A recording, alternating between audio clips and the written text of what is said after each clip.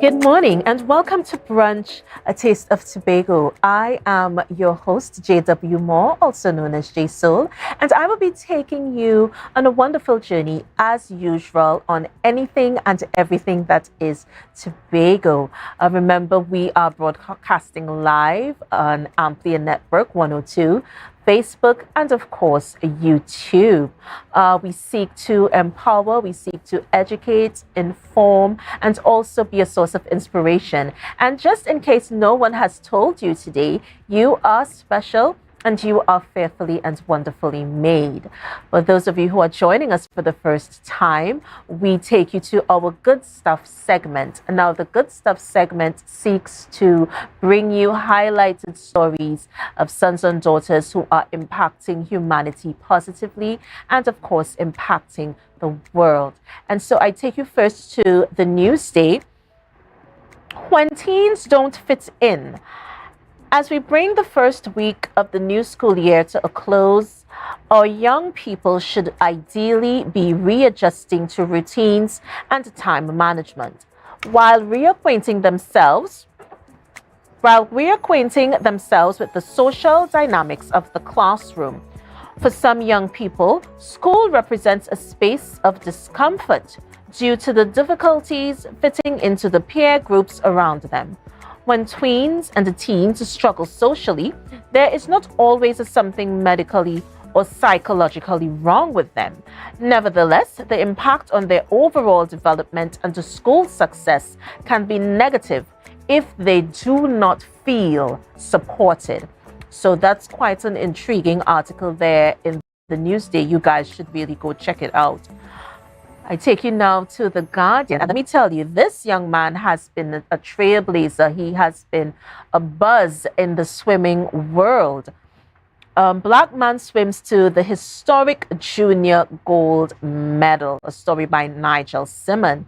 TNT's Nikolai Blackman wrote his name into the national history books when he swam to this country's first ever gold medal in the men's 50 meters freestyle final at the World Aquatics Junior Swimming Championships in Netanya, Israel on Thursday. Nikolai was swimming out of lane 4 in the 8-man final at the Wingate Institute as Israel's National Center of Physical Education and Sport.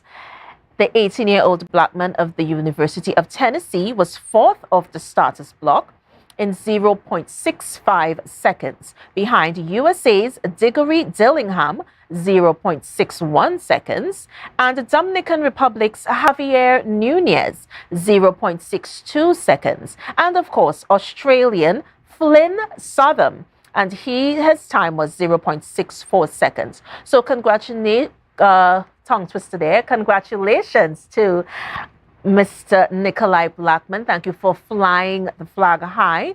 Definitely creating a whirlwind of excitement in the swimming world. So you guys need to check that out. Also in the Daily Express, there has been so much buzz and so much excitement, so much discussions surrounding these wonderful animals, celebrating the importance of vultures. Seeing fishermen at the mouth of the Ottawa River, acknowledging the importance of the vultures around them, brought to mind the observance of International Vulture Awareness Day. One boat crew was very much aware of this calendar date and said this was their way of showing the appreciation for the role of these birds in our lives. They were casting out the unused bait and unwanted catch from the boat and singing the ballad, I Will Survive. Isn't that interesting? You guys need to go check out this story celebrating the importance of vultures. So our Daily Express, our Trinidad Guardian, and of course our Newsday is really on a buzz, and I think it's going to make for interesting reading today, guys, so you need to go and check those out. I'm going to take a break. This is one of the days. Now it's Friday. It's a beautiful Friday on the island of Tobago, and one of the things about Friday is that it brings so many dynamics. So we have our Money Matters, we have Iron Bagel, we have Grassroots, and of course we have our Culture Corner. So you guys do not want to miss that. We are going to take a break and we're going to be right back with more Brunch, a taste of Tobago.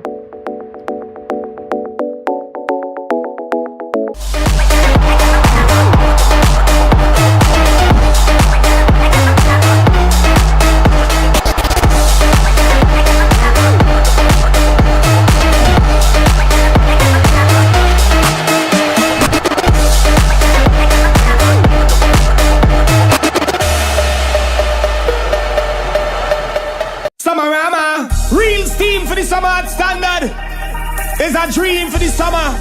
Dreamy, steamy standard.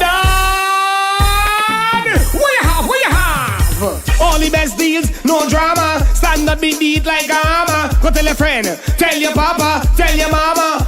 We got more.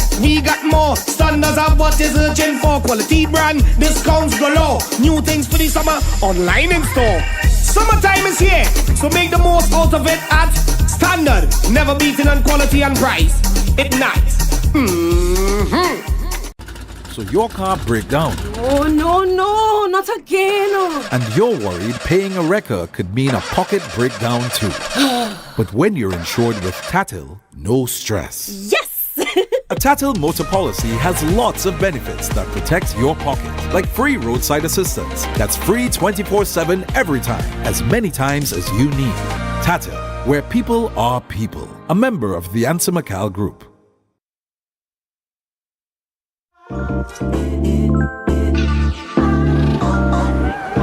Wait, I don't even have suit and thing for this wedding. Why getting them thing? Well, the port right over there. Alright, thanks. The Port Mall, where the varieties are large from your favorite stores, from restaurants to salons and from clothing stores to jewelry stores, located at Sangsas Hill, Scarborough, Tobago. Telephone number is 868-334-6589.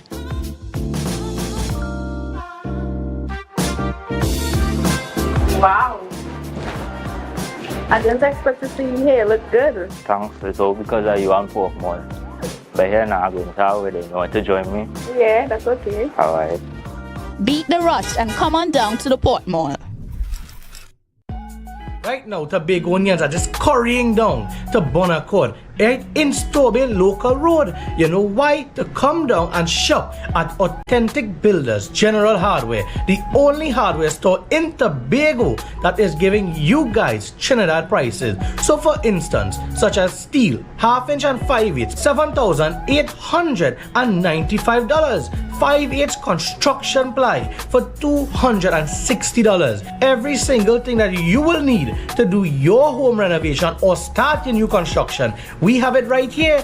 And to get your quotation, it's very easy. Just WhatsApp us at 272-1990 and we will do your free WhatsApp quotation for you.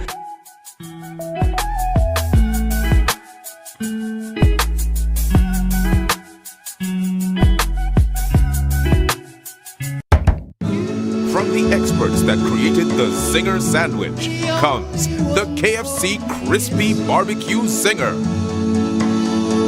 The only one I see is you. Cheddar cheese, crispy onions, the most delicious Kentucky Fried Chicken, and barbecue sauce.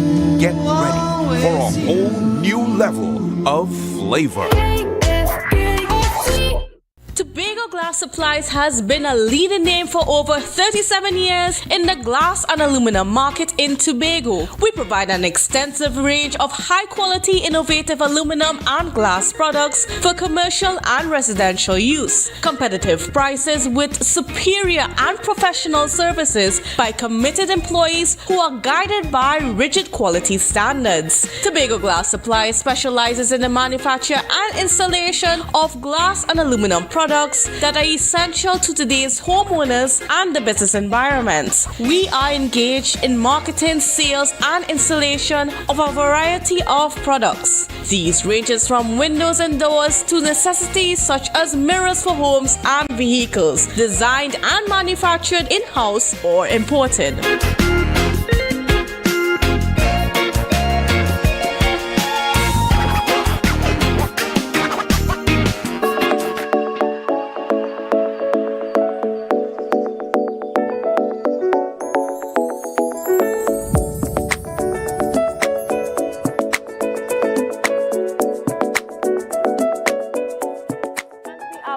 With Brunch, a taste of Tobago. Now, guys, we are going to be talking about something really interesting. Now, get this: Insurance Awareness Month. Okay. Now, this has been creating a buzz. It's really a topic of conversation, and my next guest is going to speak very candidly to that. Mr. Brendan Gray joins us again, and we're going to be talking about Insurance Month, Insurance Awareness Month.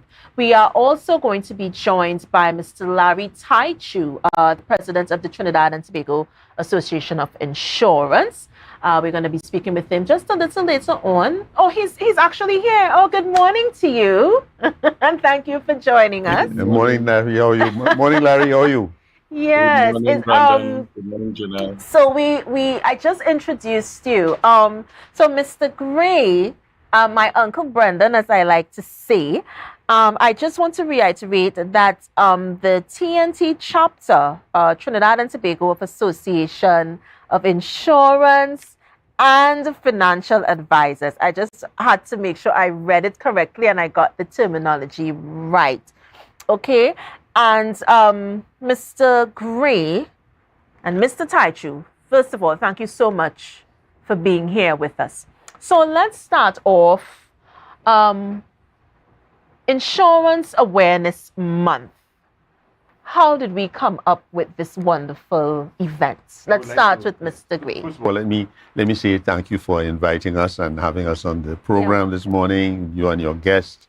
But I would want to pass this on to my president, Mr. Taichu, of the country, Trinidad and Tobago. I'm really the president of the local chapter, which is the Tobago chapter. Right. I think I want to have Mr. Taichu respond to this question in particular, as it is from our head office that he is representing. Mr. Taichu? Okay, so Mr. Taichu, over to you. Insurance Awareness Month. Tell me, how did you come up with this wonderful event? So let's start there. Well, to actually be candid about it, taught up by us. It's actually an international event. Okay. Yeah, so it's not a local Trinidad and Tobago event. It's a recognized month of September. It is a month of September that is internationally recognized throughout the world to bring awareness to citizenry around the world of the critical importance of insurance. Because it is said that the Caribbean especially, and Trinidad and Tobago in particular, because this is where we are, that you would find that apparently they say 1 in 10, but I think it's more 1 in 5 families would experience some level of severe financial stress, especially if the breadwinner pass away, and usually death occurs in a very untimely manner. And so you find that as a result of that, more and more, we try to do as associations around the world, and us in particular in Trinidad and Tobago, to try and sensitize the public more and more of the core insurance in some form of fashion throughout our society. We find that in first world countries is not even and we know that we have insurance for every single thing. But in countries like ours, developing countries, you find that it is not well, put it this way, they say that our entire region is underinsured. And while I may speak to an individual and I would ask them, do you have insurance? And some will say, yes, Mr. Taichu, I do. And I will say, well, could I ask how long ago you bought this? And they say, well, I bought it when I started working with my mom and dad insisted that I get it. And when you ask them how they have in place, it might be just about 1 year's annual income. And so if the person is a married person, I would ask them a very blunt question. So after the first year or two, for a young family like yourself, what do you plan to do for your family for the rest of the and then that's a big eye-opening question. Yeah, I am so much more sensitized to some of the insurance jargon, some of the the definitions, the terms, the benefits of having insurance, life insurance for that matter. We have touched on life insurance for like some time now since doing the show. So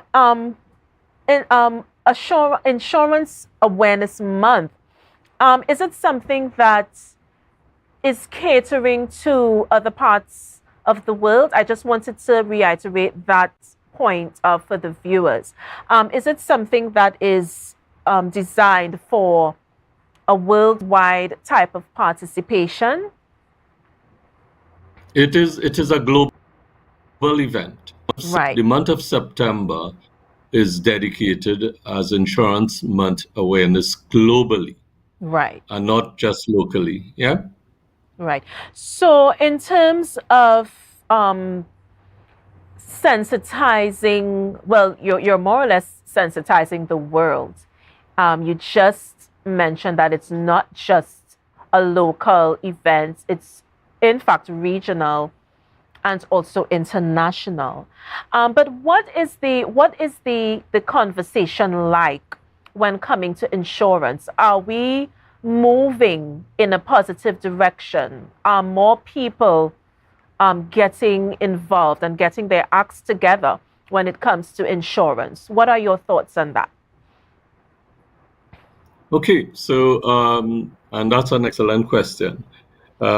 Recently, we just completed at the a new 5-year strategic plan, and we saw it fit to have a subcommittee, among others, dedicated to marketing and PR, because the average citizen outside there is it what insurance is what they think about, and you find that because people, our society, and it was said to me by JD yesterday station, he said we tend to have a reactive society.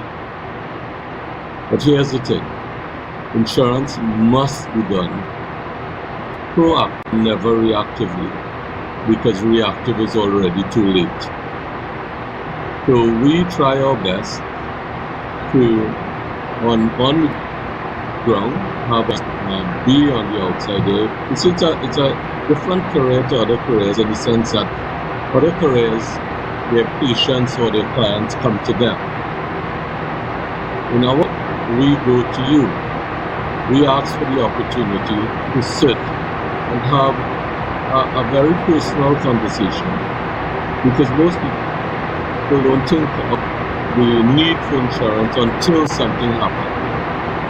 But our agents are trained to go outside there. When I say our agents are talking about all the company, to go outside there and interact with grand public, and usually it is via what we call the referral system. Was somebody, and when we make a phone call, it is to introduce ourselves and speak of the friend or the family member who has their name and asked us if we could have a conversation with them, no obligation, to see if we can be of service to you at this point in time. And I said, worst case scenario is you get a refresher of what you have. I would like I would Mr. Gray. What Larry spoke about is more for the customer side of the issue. I would want to speak more in terms of how does the agent fit into the insurance month. Okay. The insurance month now is giving the tools to the agents and giving the tools to the administration of insurance in a way that they will perform their duties in a particular way as it's prescribed by our law, the laws of the land. Because there is a law, there is an act, Insurance Act, that was instituted in the 1980 Act, which was recently updated to the 2018 Act. Am I right with that, Larry? 2018? It was the new act came out in 2018, but it was effected 3 years ago, assented by the president. And while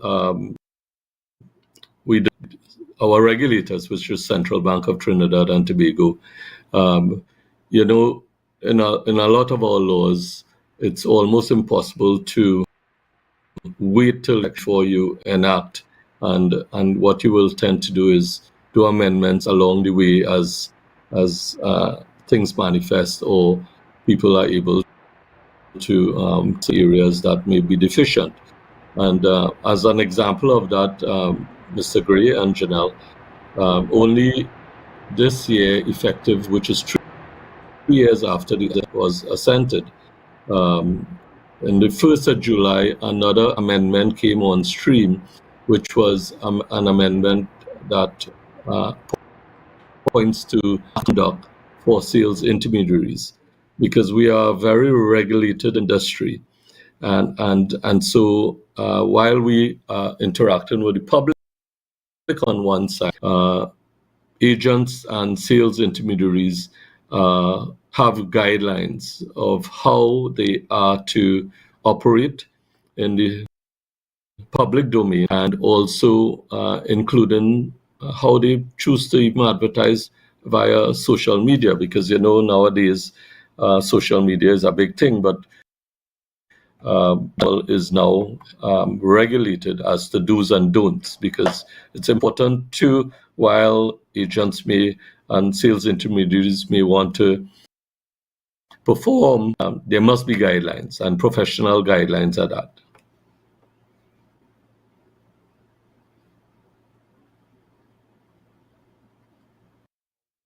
We are professionals just like all in the industries. We must do certain things.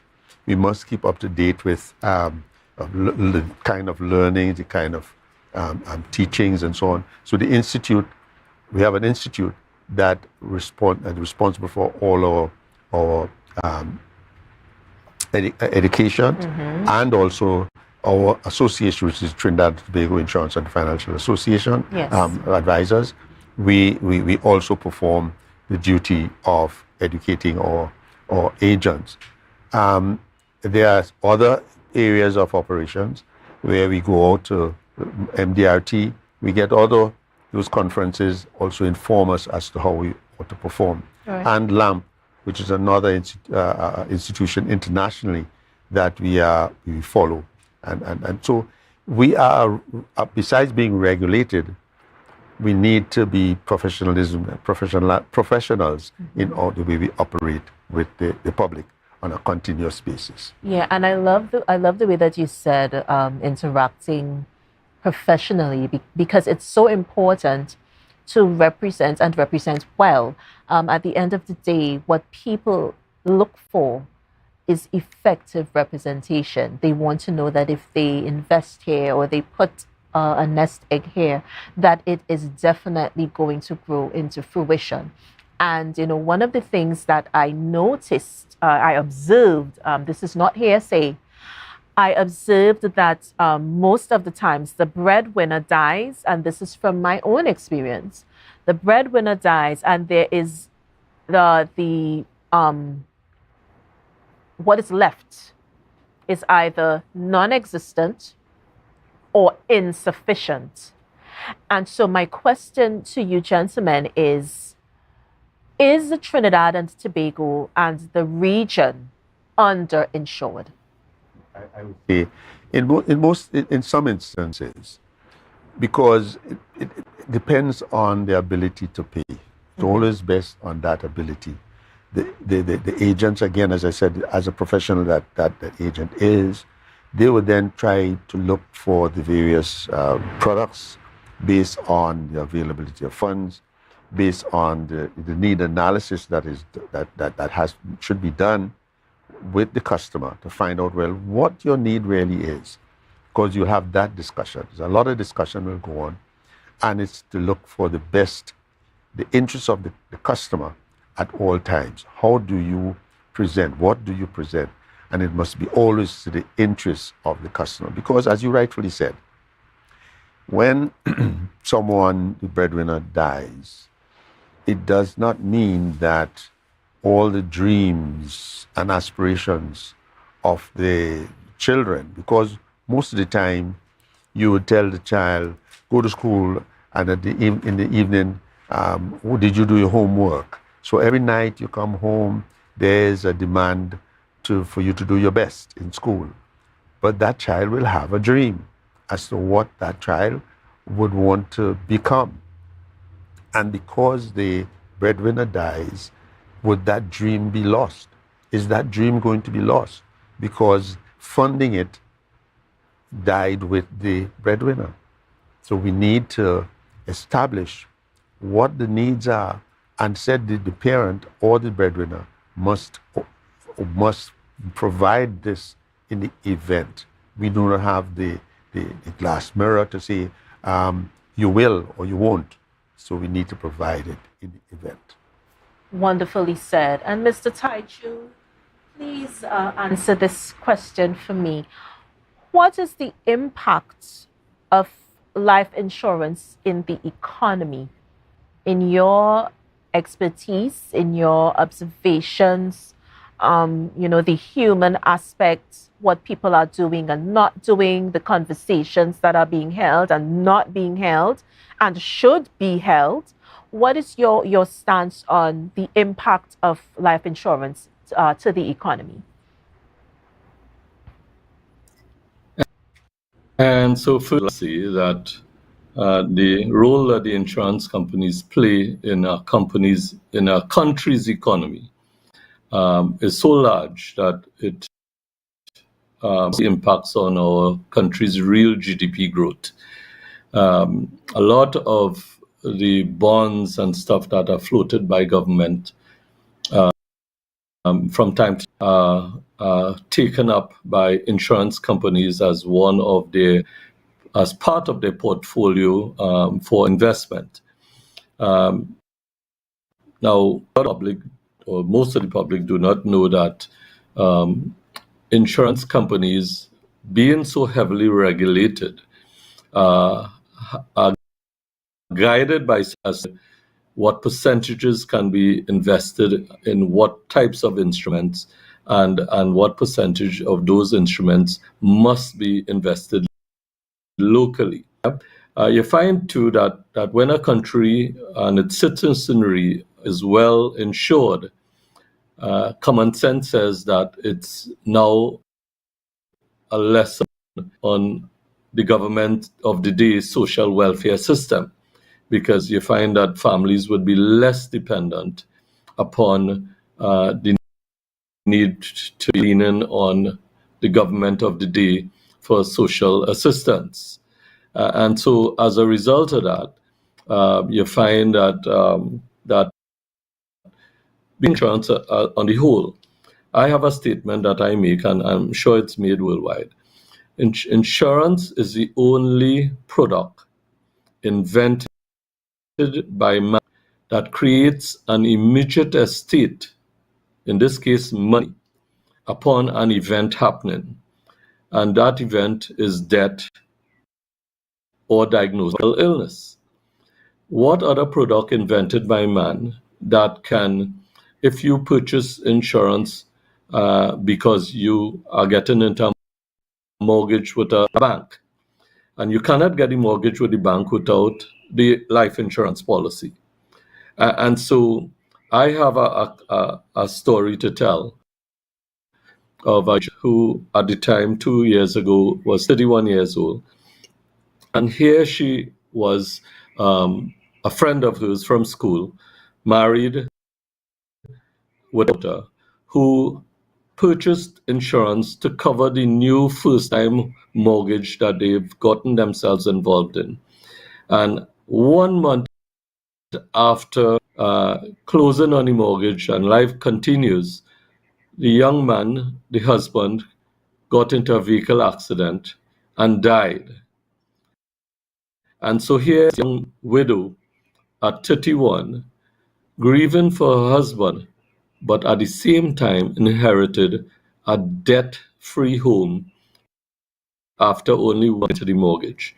So you could understand that insurance could not only clear off mortgages, it clears off families' indebtedness. If it was as a result of an example, you find that there's usually a huge debt that occurs following and during a sickness, that when the winner passes away, the family is left to have to clear this huge medical bill.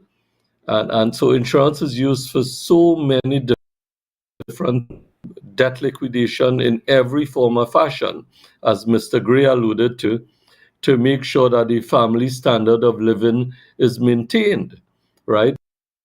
And all the generations for the family and for the children's future education is taken care of, because it is like the love gift for the family that I want to be here with you all. But if an event, because life is so uncertain, if an event, something happens to me, that I could still make sure that you're in your own home and the children could still get the kind of education as though I was still here. And so nobody buys insurance, Janelle, whoever having to use it.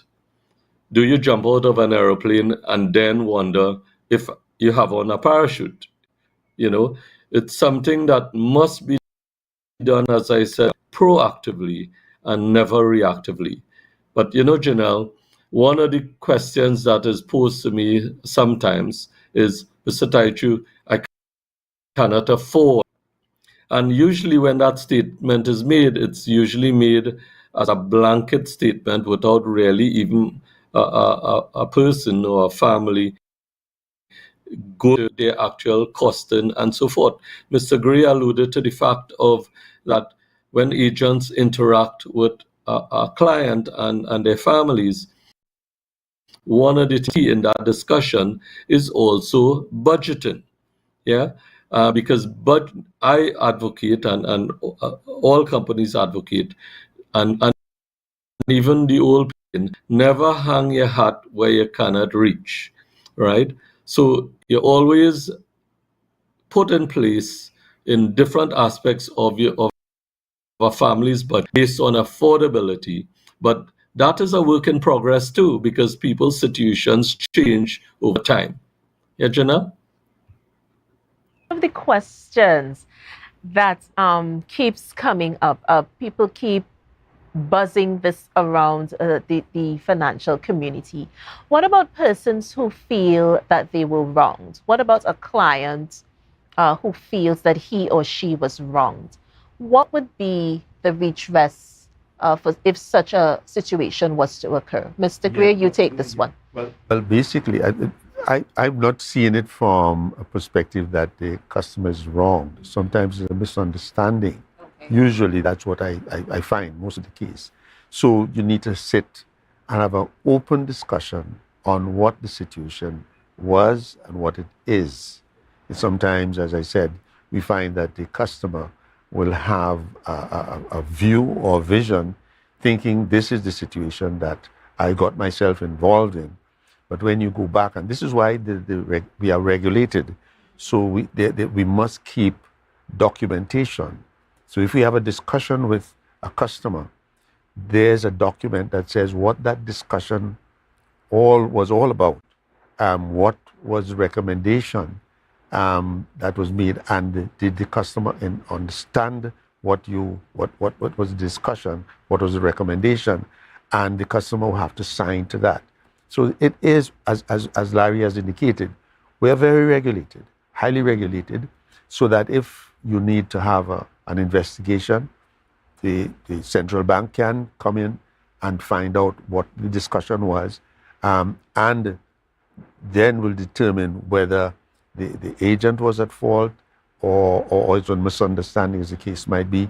And because of the regulation that we are involved in with the Act, we have penalties if we are found to be wronged.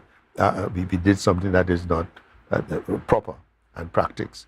So, and the first step must be to have a full and open discussion with the customer to find out what is happening. As a manager, and as Larry will tell you, as a manager, we have to look at what our agents, and we all sign forms. So one of the agents would bring an application.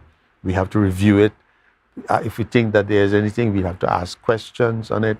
So before we send it off for the underwriting department to do. So it's a fully detailed situation with the client, the agent, and as Larry said, we go out and we have to do this, and we all understand our responsibility. Yes. And I think that as we go out, it is no longer trying just to sell something. It is that we must meet the needs of the customer. That's what we do. We must find out what is the need the customer has. And we will then, based on the need, we'll make recommendations, explain those recommendations to the customer's satisfaction. And as Larry indicated, he has certain experiences. We all do. We all see where someone come in sometimes and the application has not even been processed, and the person, something happens, and the company has to determine based on the rules, based on their own internal policy, will have to make those payments as the case might be. And it is, you see, too, insurance affects the individual, first of all. It also affects the community in which that individual resides. And then it also will affect the nation. Because in past times gone by, we used to, when someone died, you'd hear them going around, oh, somebody dead, and then you have, yes, cry out. And then what will happen is that the village will get together to build to do all the preparations. And so what the community would do that. Now it would be that funds would be going into the community rather than the community doing the work and so on. So it's funds. So it gets to the individual first, then the community, and then the nation as a whole. So there's a holistic benefit to the country. And I remember somewhere along the line, I heard or even our chief secretary spoke to the influence of insurance companies on the GDP of Tobago. Yes. He referred to that. And so what Larry has indicated earlier in terms of how the insurance affects the country, we see it how it affects Tobago as an individual state. Yeah, and I love the fact that you used the word benefits. You just said holistic benefits. I love the wording of what you just alluded to. What are some of the different types of insurance benefits? Mr. Taichu, take this one. Okay, so just to round off what Brandon has says, so this one first touch point, right? All companies have a customer service departments that you can also go into, and Mr. Gray also alluded to the central bank, and if you all are not aware, there is a financial services ombudsman that's out of the central bank that clients can also, as a last redress, to write to, and that financial services ombudsman would step in and mediate between company and client to find out and see what redress can be brought. Only just a few minutes before coming on to the program this morning, Janelle, I received a call from customer service department indicating that a client would like from another branch, another location, would like to have a change of agent, and I know in that department, and I know the manager in that branch, and the customer service team leader reached out to me to say the agent, not the agent, but the client has asked for a change of agent, and so if not that we encourage it, but if there are circumstances that a change of agent, because let's just say the client was really dissatisfied with the type of service that is being provided, that rather than just let go their policy and go to another company, which is actually one of the worst things you can do. And I don't have the time for me to explain that. Certainly, there is so many areas of redress. Now, back to your question, which speaks to the different types of injuries. When you think about the risk that every human being is exposed to, Janelle, and we talk about it when we interact with clients to try and keep the language non-technical and simple. When we talk about living too long, Janelle, alludes to retirement. One day if you should live to retirement, you can't wait till that time to study how you're going to live 10, 15, 20, 30 years. You have to think about those things when you probably just started working. Because one of the critical things in retirement planning is the fact that you need time for your money to be invested. What is the opposite to living too long? Dying too soon, right? And because we say in life that death is respect of no one. If something happens to me, I'm dead. But life must go on for my wife and my children. For a business person, life goes on for their and the succession planning of their business. Because what if it's a viable business, but nobody in the family, the beneficiaries, are equipped to take over this? So you find that death benefit could come into play there, where in a family, it maintains the standard of living, liquidates all debts going forward. Business owner, you find that what happens too is that funding could become available, liquidity could become available, where the beneficiaries and they can hire the ex until that time when one of the beneficiaries could literally eventually take over the actual running of the business. And then you have things like this, because outside of death, sickness is also respect of no one. And when a person is diagnosed suddenly, and nowadays, sicknesses in people younger and younger, right? The youngest person who I know was diagnosed with at the age of 17, and when you face the trauma of the diagnosis, what is the next trauma that individual and family faces? The next trauma is, where's the money coming from? Yeah. And so critical illness is another very important benefit that people are supposed to have in place at any age. And I tell people the best time to buy insurance is always now. And now could be person, middle-aged or middle-aged person, or older, because you must put things in place. If you don't, then you are left to of your community and the charity of your loved ones and the charity of society on the whole in asking for donations to help you have a surgery or to help you battle this cancer, because it requires money that to attend to yourself, right?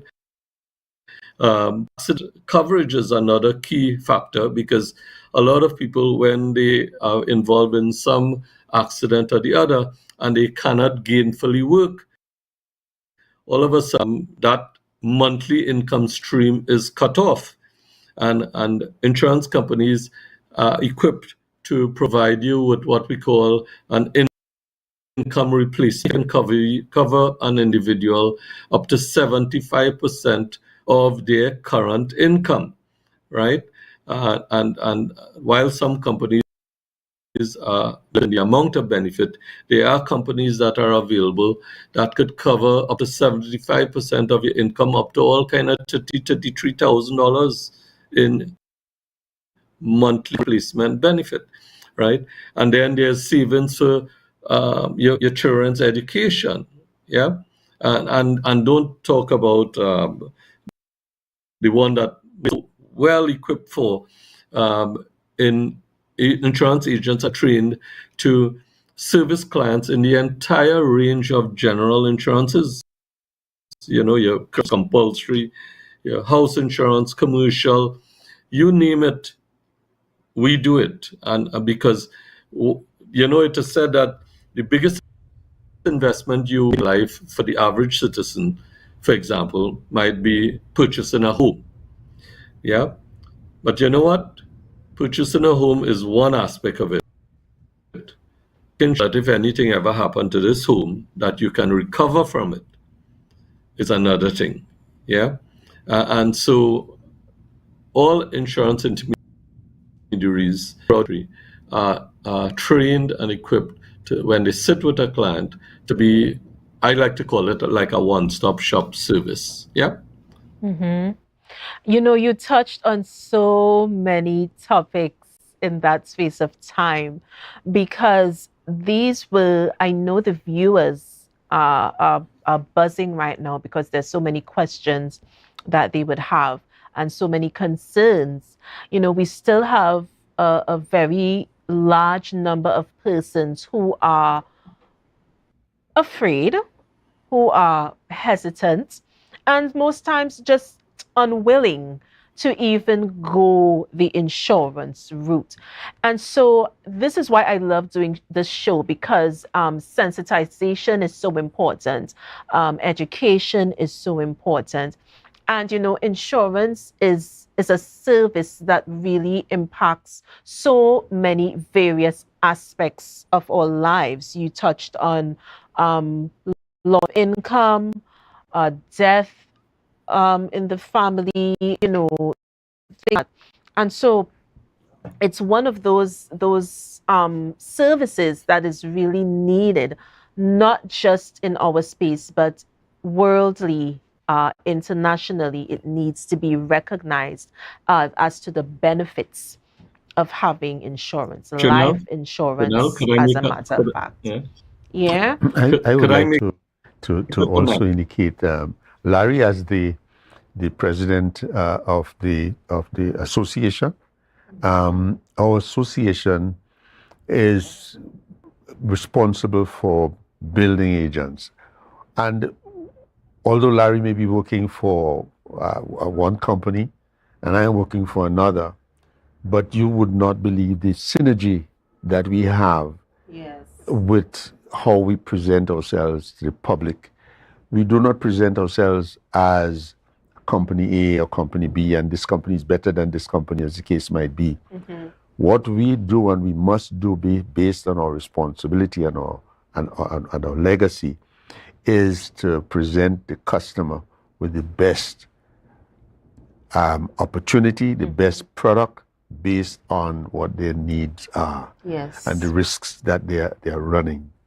Looking at the family in a whole, looking at the business in a whole, looking at what their succession plans are. So we do a comprehensive discussion when we meet a client. And you recently had one of my agents here, Sankofa, and I'm sure the impression she gave to you was one of this is how we operate. And her personality really engaged the meeting. And I was very proud of what took place that morning and how the interview went. And that is basically how, and an agent, we look at what we do with people and for people, and how we will garner their support and garner their understanding, be trustworthy, how they trust us in terms of how you present and what you present to the customer. And so Larry is doing a very good, a wonderful job as the president of the association. I know.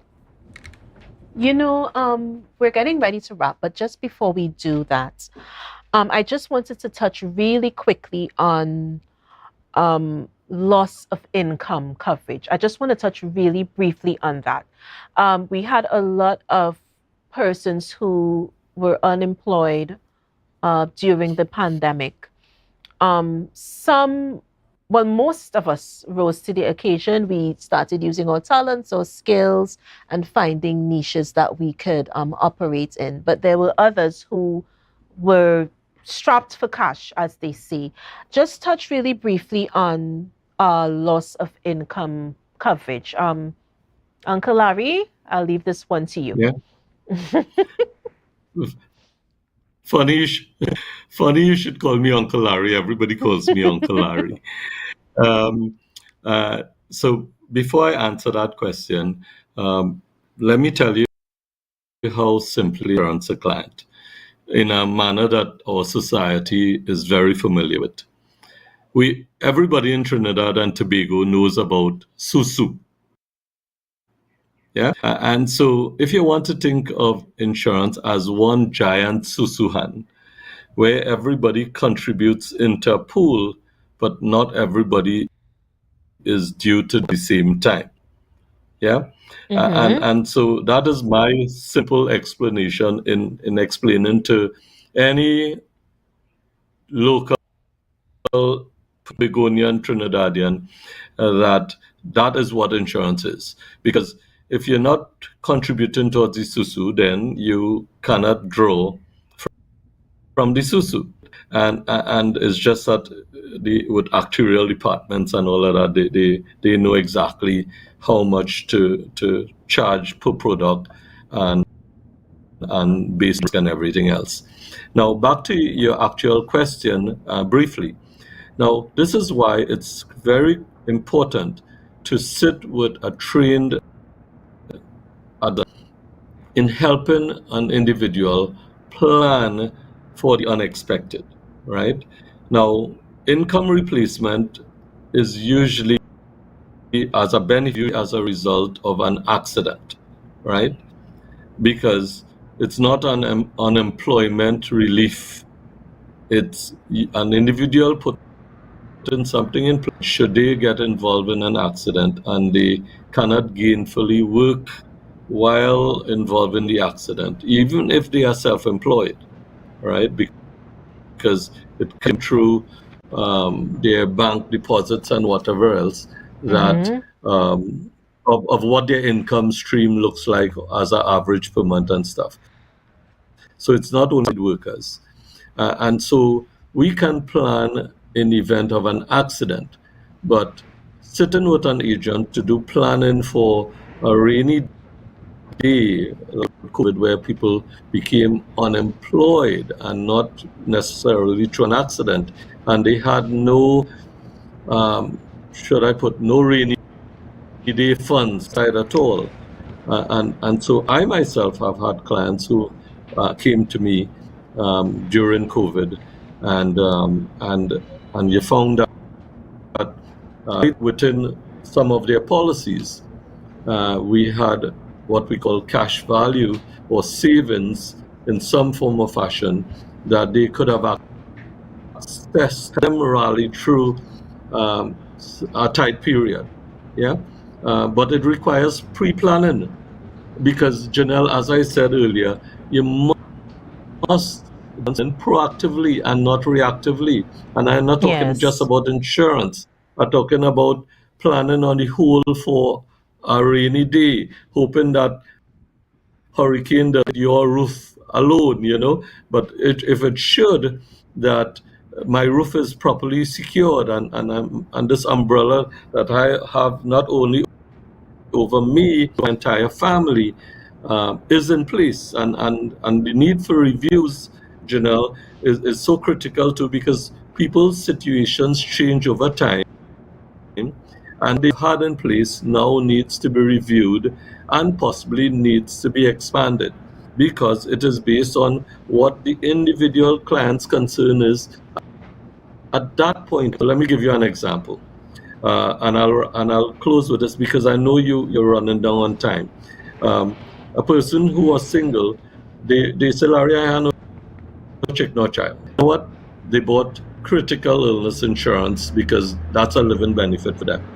But eventually they got married and now they have wife and children and mortgage and stuff, but they did life insurance. So upon the review, you find that now that needs to be protected when it wasn't a concern 2 years ago or 3 years ago. And this is why it's important. That piece of paper you have locked up in a filing cabinet somewhere, it's not enough to just leave it there forever. Yeah, it's important to, from time to time. And as we celebrate Insurance Awareness Month, we just want to thank Mr. Larry Taichu. Thank you so much for your wealth of knowledge. Insurance is definitely something that we need to work more on as a society, as an economy. Mr. Brendan, just want to say a few things. Thank you so much. I want to say one more before you go. Yes, but let me thank you first for coming. Okay, thank you. And we have some numbers that we need to have the public get in contact with you. Right, so let me stick a pin. Let me just give the number. TTA, IFA, you can reach them at 624-2940. That's 624-2940. And of course, the website, www.ttaifa.com. I just want to say our at Tobago, what we are planning for the month, and it's not for September, we are planning a health fair with the Division of Health to celebrate the month, the insurance month, September, the branch, the chapter in Tobago. That's what we are doing. I just wanted to get that out there. All right. Is there a date or we'll keep in touch with you? Yes, we'll keep in touch with me. We are setting it for October. Sometime just before the carnival, we decided we'll do it around that whole situation. Okay. So guys, look out for that wonderful fair, the Division of Health. We will be working with the Division of Health. In collaboration with the Tobago chapter. Right. Association of Insurance and Financial Advisors. Yes. Did I say it correctly? That's right. So thank you once again, Uncle Brendan. Thank you very much. Thanks for coming. Surely Uncle Larry, much love to you and thank you so much. We're going to take a break and we're going to be right back with more Brunch, A Taste of Tobago. But before I do that, I just wanted you guys to listen to this trivia question. Now, this is a good one. I think I'm going to get some correct answers with this one. What was the Tobago's airport called before it was renamed? What was Tobago's airport called before it was renamed? That's an easy one, right? You guys should get that. We're going to be right back with more Brunch, A Taste of Tobago. See you guys soon.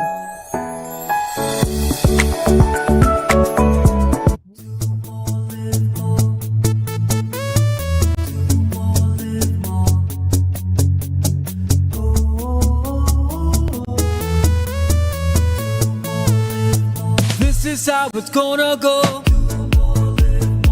They better look up below, 'cause this is your show, and everybody's gonna know. Say it to them once again. They better look up below. This is your show, and everybody's gonna know. That's how it's gonna go. They better look up below, 'cause this is your show. Mount Pleasant Credit Union Back to School Loan Promotion. Loans up to 15,000. Requirements: job letter and a payslip no more than 1 month old. Utility bill, copy of book list, salary deduction, 10% down payment for self-employed persons, evidence of income and expenditure, bank statement, 12 to 18 months, other supporting document. Promotion ends October 18. Contact us at 639-8375 or 8108 or check us out on www.mpcutobago.com or email us at loan@mpcutobago.com. Mount Pleasant Credit Union's Back to School Loan Promotion. Mamai Lakai Home Services. We specialize in cleaning of carpets and rugs, mattresses, living room and dining room sets, vehicle detailing, cleaning and sanitizing of homes and commercial spaces. We also do landscaping and tree cutting, pressure and power washing, floor care, fumigating and air purifying. You can also call us for professional painting services, babysitting and adult sitting. Call us now 333-4430 at Mamai Lakai Home Services. We take cleaning to another level.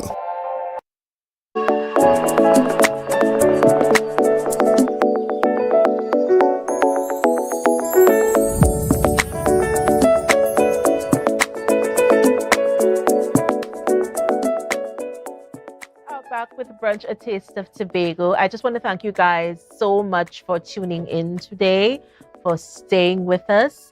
And it's so refreshing to have the opportunity to speak on various aspects of our lives. And one such aspect is suicide prevention. It's something that we keep sweeping under the rug, but you know what? It definitely needs to be highlighted, and it definitely needs to be discussed and delved into as much as possible. Now, my next guest speaks very, very candidly to that. Dr. Williams is here with me on the Brunch set, and she is a clinical psychologist. Did I say it correctly? Wonderful. And she is going to be speaking to us about suicide prevention. I'm just going to let you do your thing. I would interject at certain points, Right. but let's touch on, what my thing is the rates of suicide. This is what plagues me. Let's touch on that. Let's start there. So let me just mention that on the 10th of September every year, we celebrate World Suicide Prevention Day, which began in 2003. And the main aim of that day is to highlight that suicide is preventable. Right. We are trying to raise awareness, bring to the fore discussions about suicide and suicide prevention, and get stakeholders involved, because suicide is a major public health concern that has far-reaching consequences emotionally, socially, economically. So what are the rates? Globally, about 800,000 people die by suicide every year. In fact, it's estimated that every 40 seconds, someone dies by suicide. And for everyone that dies by suicide, there are many more that make attempts on their life. We know that suicide is among the leading cause of death in the United States and around the world. But interestingly, in persons between the ages of 15 to 29, it's the fourth leading cause of death. In Trinidad and Tobago, we are currently ranked 3rd in the Caribbean, behind Guyana and Suriname. And globally, we are ranked 75 out of 180 countries. And our rates are rising. In 2019, we had 92 reported suicide. In 2020, we had 104. In 2021, we had 128. So the numbers are rising, especially among our young people, and it's becoming a major concern for us. You know, one of the questions, whenever I see initiatives such as these, you know, one question that I have to ask is, you know, what is the theme? What does this initiative embody? Right. Yeah, so let's touch there. the triennial theme, the theme for the past 3 years has been hope through action. And a major aspect of suicide and people that have suicidal thoughts is the loss of hope, so a state of hopelessness. Right. And we believe that suicide prevention involves more than just talking about it. We have to act. And so hope through action allows entities, not just the individual that may be experiencing suicidal thoughts or have plans, but their families, institutions, organizations to come together to be proactive about suicide prevention. And suicide prevention is a major marker of progress. According to the UN, a low suicide rate is exceptional in terms of mental health for our country. Definitely. What are some of the risk factors for suicide? So there's so many risk factors. Risk factors could be from an individual level, from a psychological level, social level, biological. But in general, the major ones we want to consider. Has the person had a previous suicide attempt? That's a major risk factor because history sort of predicts future attempts, right? Does the person have a mental illness? Are they diagnosed or experiencing depression? Right. Risk factors would also be loss, and this loss could be financial loss, loss of a relationship, loss of significant assets, grief, right? That represents another loss. The experience of trauma or a childhood history of negative events such as abuse and neglect. Risk factors also mean chronic pain, having to deal with chronic medical illnesses. Yes. So in most cases it's pain, but it could also be people that have been diagnosed with a serious chronic medical condition. And there are other risk factors like lack of social support, the inability to sustain oneself either because of poverty or something else, lack of access to resources, and substance use. That's another big risk factor, especially in Trinidad and Tobago. You know, who is more, I want to make sure that I word it correctly. In your expertise, your research, your analysis, who is more susceptible to dying by suicide? Yes, suicidal death, men or women? So we know that women make more attempts, more suicidal attempts than men, right? In a higher proportion too, right? The ratio could be 5-1.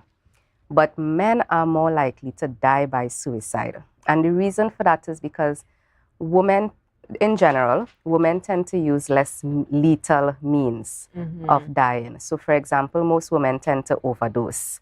And that means they have the opportunity to be rescued or recover. Right. Whereas men tend to use very severe lethal means, especially violent means like hanging, the use of guns, the use of pesticides, for example, where it's likely that death will occur.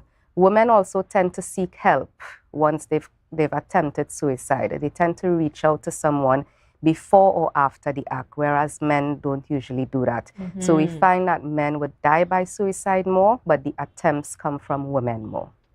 How are elderly persons affected? Do we see a rise in suicidal attempts by the elderly? Definitely. The elderly is an ignored population when it comes to suicide. They're not talked about much. They're not the experience of suicide among the elderly isn't explored as well, but they are actually at risk. In fact, the numbers in the United States, for example, are so high that they constantly have to be monitored. So elderly folks especially deal with chronic illness, but one thing that makes them more at risk is social isolation, the lack of community support around the elderly person, that connectedness, exactly. So elderly people are more likely to make plans to take their own life that are likely to result in death. They're very meticulous about their planning. It's usually not from a place of impulsivity compared to younger people. Many times young people that take their life or attempt suicide have done so under the influence of substances or by being emotionally impulsive. But in the elderly, it's more deliberate, more planned. They're also likely to not be found in time because they either live alone or they don't have access to, like for example, if a young person isn't posting online all the time or they're not checking up on friends, they're more likely to be like, where's this person? Let me check in on them. But with the elderly, it's not that way. Days could pass, right? So they're not likely to be recovered in time. And also, because of their physical frailty, it's likely that even if they were rescued, they would succumb to whatever injuries because they're already susceptible due to their age. So we know that disability, pain, social isolation are things that put them at risk and sort of feeling like a burden. That's another thing that relates to suicide a lot, that feeling like I'm placing a burden on my family or my loved ones to take care of me.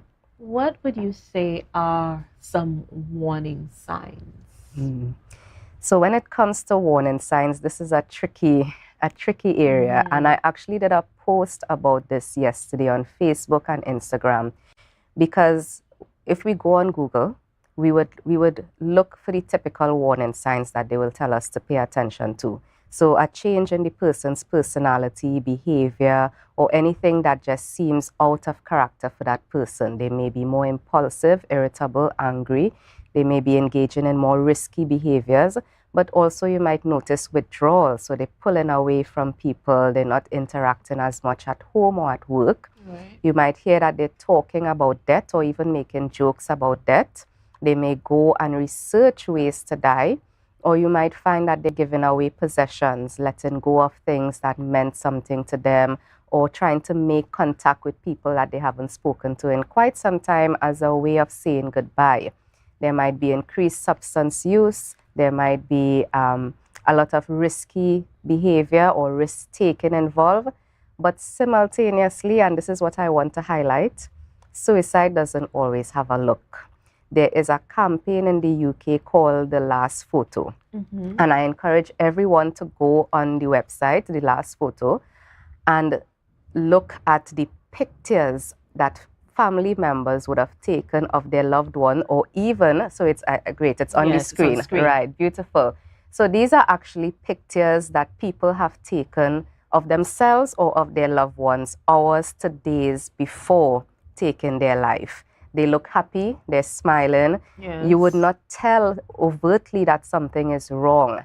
And so this campaign highlights that a lot of times people suffer silently. There's still a lot of stigma surrounding suicide and suicidal thoughts and depression and mental illness. And so people may not always feel comfortable sharing. And so we can't just look for somebody that's suicidal. What we have to do is, when you notice changes in any way, or when you know someone has experienced anything that can predispose them to suicidal thinking or an attempt, you want to ask directly. And I know it's uncomfortable for people to do that. And people have been taught, no, if you ask them, you'll put the thought in their head. If someone wants to die by suicide, the thought is already there. You can't put that thought in their head.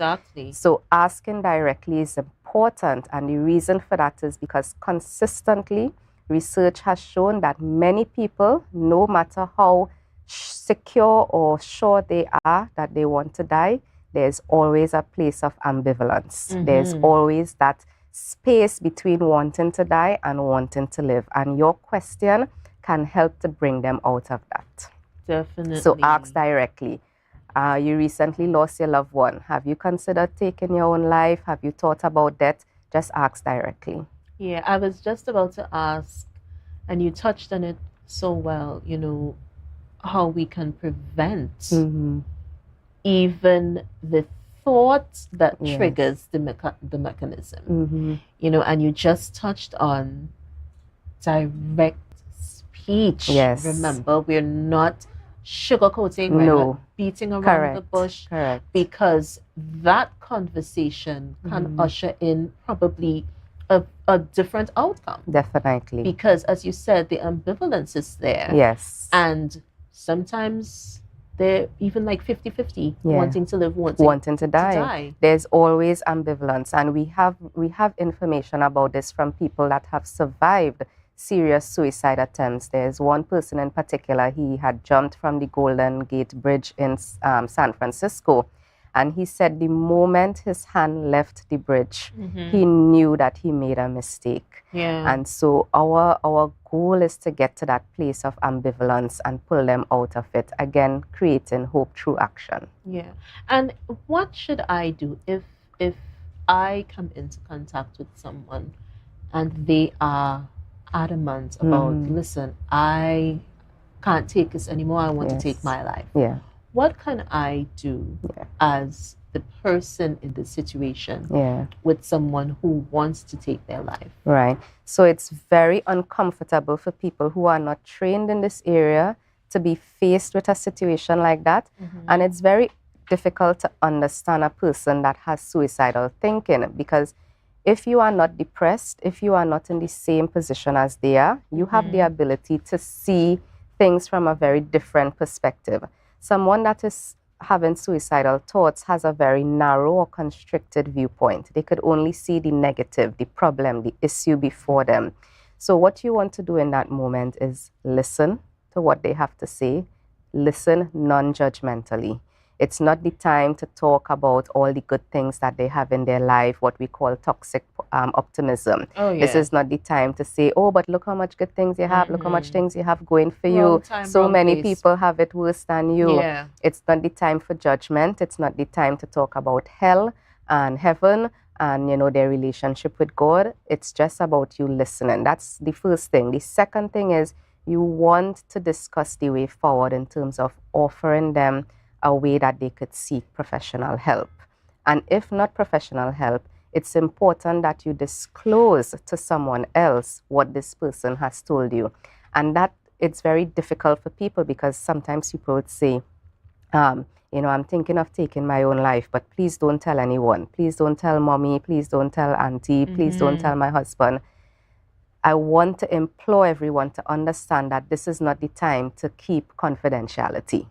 When someone explains to you that they have plans to take their life or that they're having serious thoughts about taking their life, you have to inform someone else, inform the next of kin, inform the people that they live with, and try to get them professional help, because preservation of life is more important at that point than maintaining the friendship or the relationship, right? Or keeping in confidence. Exactly. It's not the time to keep things confidential. You want to get the person help as soon as possible.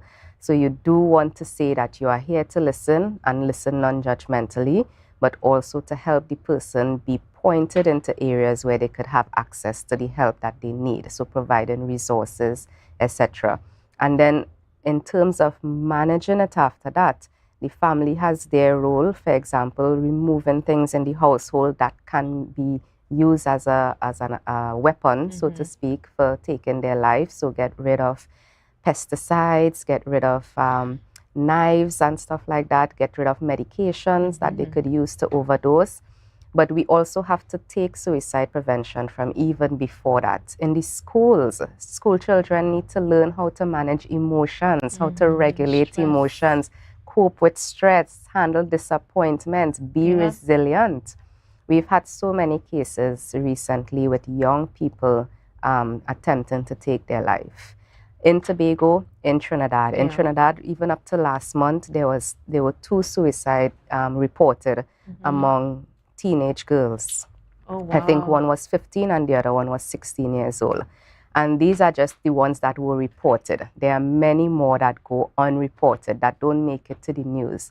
But we all have a responsibility. It's not just the Ministry of Health or the Division of Health. This is every division, every community, every organization, whether it's religious or non-religious, making an attempt to reach out to people and provide that level of support.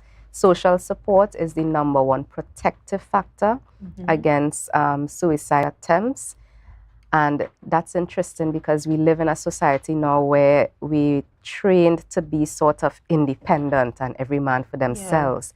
But we need other people to get through difficult times, to get through changes, to help us adapt to different things. The pandemic was one that was so difficult for people to get through. And we saw the spike in suicidal attempts there. So it's very important that it's not just, oh, well, I'm good and this person is suicidal and they just have to deal with it. We all have a responsibility when it comes to preventing suicide.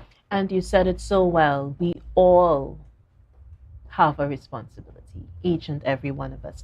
Remember, guys, it's World Suicide Prevention Day. I had the privilege of speaking with Dr. Alina Williams. Thank you so much for joining us. Thank you so much. A Taste of Tobago. We will definitely keep in touch as the journey moves forward with regards to the discussion and hopefully the prevention of suicides altogether. That's where we're heading. That's where we're heading. Yes. Positive, positive, positive. We're going to take a break and we're going to be right back with more Brunch, A Taste of Tobago. But guys, our trivia question, I want to speak on it again before I go to the break. What was Tobago's airport first called before it was renamed? All right, so I'm waiting for those answers. We're going to be right back with more Brunch, A Taste of Tobago. See you guys soon.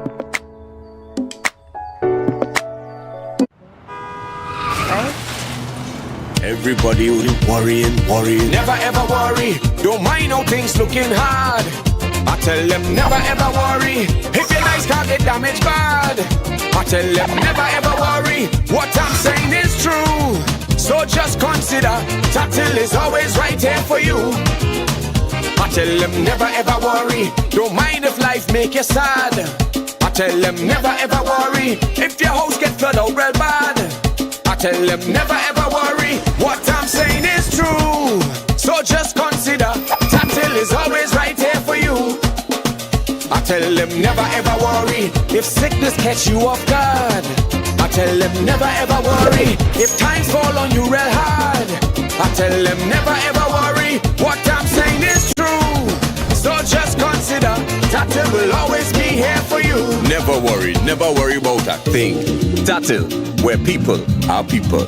You know what I mean. Mount Pleasant Credit Union present the Edgar Davidson Bursary Awards 2023. Awards available are SEA, CSEC, and CAPE. Tertiary, technical and vocational.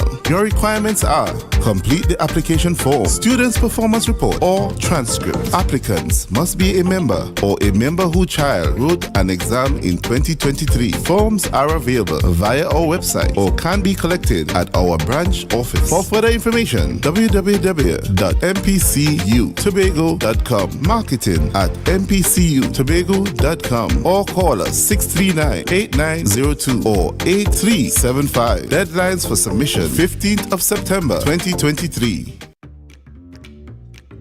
But this place is boring enough. We don't even do nothing. Let me go somewhere now. I really want some new things, yes? Poof.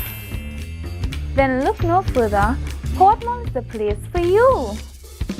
Oh, really? Yes. You can have anything that your heart desires. Take a look for yourselves. A world of endless opportunities. Feeling hungry? Go get something to eat. Books and stationeries, games, and much more. Portmore, the island's beat.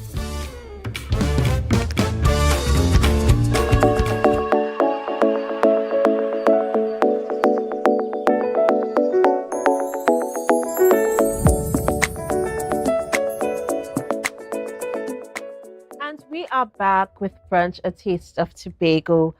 Thank you so much, guys. Thank you so much for staying with us. You know, it's amazing how many persons we can reach with this program. And from our family to yours, we wish you nothing but peace, and blessings and success in whatever you endeavor to do. Remember, we are live on Tobago Updates Network Television. We are live on Facebook, Player 102, and of course, YouTube. Now, my next guest, I'm so privileged to announce him, to introduce him. He has been in our sporting world, our television world for some time now. And throughout his career, he has dedicated his life to sports, broadcasting, community development, and of course, philanthropy. And, you know, it gives me great pleasure to introduce a renowned sports commentator, radio, and television personality with a rich history of television production. Mr. Selwyn Melville, good morning and welcome to Brunch, a Taste of Tobago. How are you doing today? Good morning. Blessings with all the dressings. How are you today? Can you hear me? I think my audio has not come in contact with you. I'm hearing you a little better now. Yes. A little better now? Yes. All right. So talk to me. I'm not a beast. Some say I should have been a priest. Well, only you can know that. But I just want to say welcome. Welcome to Brunch. Thank you for talking with me. You know, I grew up watching and listening to you as a commentator. Ouch. Don't tell me I'm old. No, you're not. By no means are you old. But you had this ability to draw people in. And that's a gift. And I'm so privileged that you're here, you know, to talk to me today. But let's go back a little bit. You know, how did it start for you? Did you always want to be in the media field? Well, I'm not sure I really wanted to be a media boy. You know, I'm born and grew up in Tobago, in Speyside. So you grew up in a proper village, proper identity, and all that. And we did everything possible. My parents led me on a path. My mother was one who was saying, not because you're from Speyside, you have to talk what they talk a village there. You had to be able to have a more polished presentation. Because you don't know where you'll end up. So I ended up in Scarborough, going to school, Elizabeth's College. And from there, I developed because, you know, I was living in a place called Young's, eventually Mills Guest House on Young Street in Scarborough. And you were exposed to a number of people, variety of people. So then the exposure was tremendous. And from there, a lot of things happened. You're exposed to a number of people and things are happening. I developed some really good friendships as a young man in Tobago. From there, some of these people who were from Trinidad were still my friends up to this day. And they still play an important role in my life as friends and all that. But then, coming to the end of my stage, my years in school at Elizabeth's College, I was introduced to doing a little thing on 610 Tobago. Because how it was at Elizabeth's College, I was one of the little boys who were very foppish. You know, you like to be exposed to a number of things. So I represented the school at a number of things like if there were events coming up in Tobago, sports, whatever, I was asked to represent the school. And on that basis, I was able to develop a wider scope of things. So then it came then, one guy was there, he was at 610 Tobago, and he wanted to leave Tobago to go back to Trinidad. And he said, well, hey man, what are you going to do? So they gave me the opportunity then to do a little thing on 610 Tobago. $2 a story, but the exposure was tremendous. And I didn't study. I wasn't studying about what Tobago had to offer and the $2 and all that for the story. But the fact that I was getting recognition and exposure, because you're leaving school and you don't know what you're really going to do. So media wasn't the real thing on my mind, but I got an opportunity. And I said, thank you very much. And then my friends were saying, they heard me on 610 Tobago, and they said, well, Melo got a good voice, boy. Melo could go far. And eventually, well, I got an offer from Trinidad to come there to do work on Radio Trinidad, 730 radio at that time. And I was grateful. I got there as the assistant sports editor, and I worked there for a while, and it was tremendous. It wasn't a bed of roses. So even if it looked pretty, when you sat down, you feel the prick from the rosebuds and all that was there at you, and you realize that it wasn't a cakewalk and something to really brag too much about. But the opportunity there was so great that it was something that you couldn't really run away from. And despite the challenges, like I used to tell people, I come from Tobago, but I ain't going back to plant no peas and potato, not because I don't want to, because I was exposed to that before as a boy. But I seen a new way of taking life and moving forward. So I was grateful for that. I took that chance and made the thing possible. So I was there, and things grew from there. I had my challenges. There are doubts about me being a quality broadcaster because I still had my Tobago tongue then for them, but I still have that. Make I change that. I was born and bred in Tobago. Even though I spent most of my years in Trinidad, I'm still a qualified Tobagonian, heart and soul. And I'll do anything any day really to defend Tobago's interests, no matter what it may be. Once it's in a good cause, I will fight for that.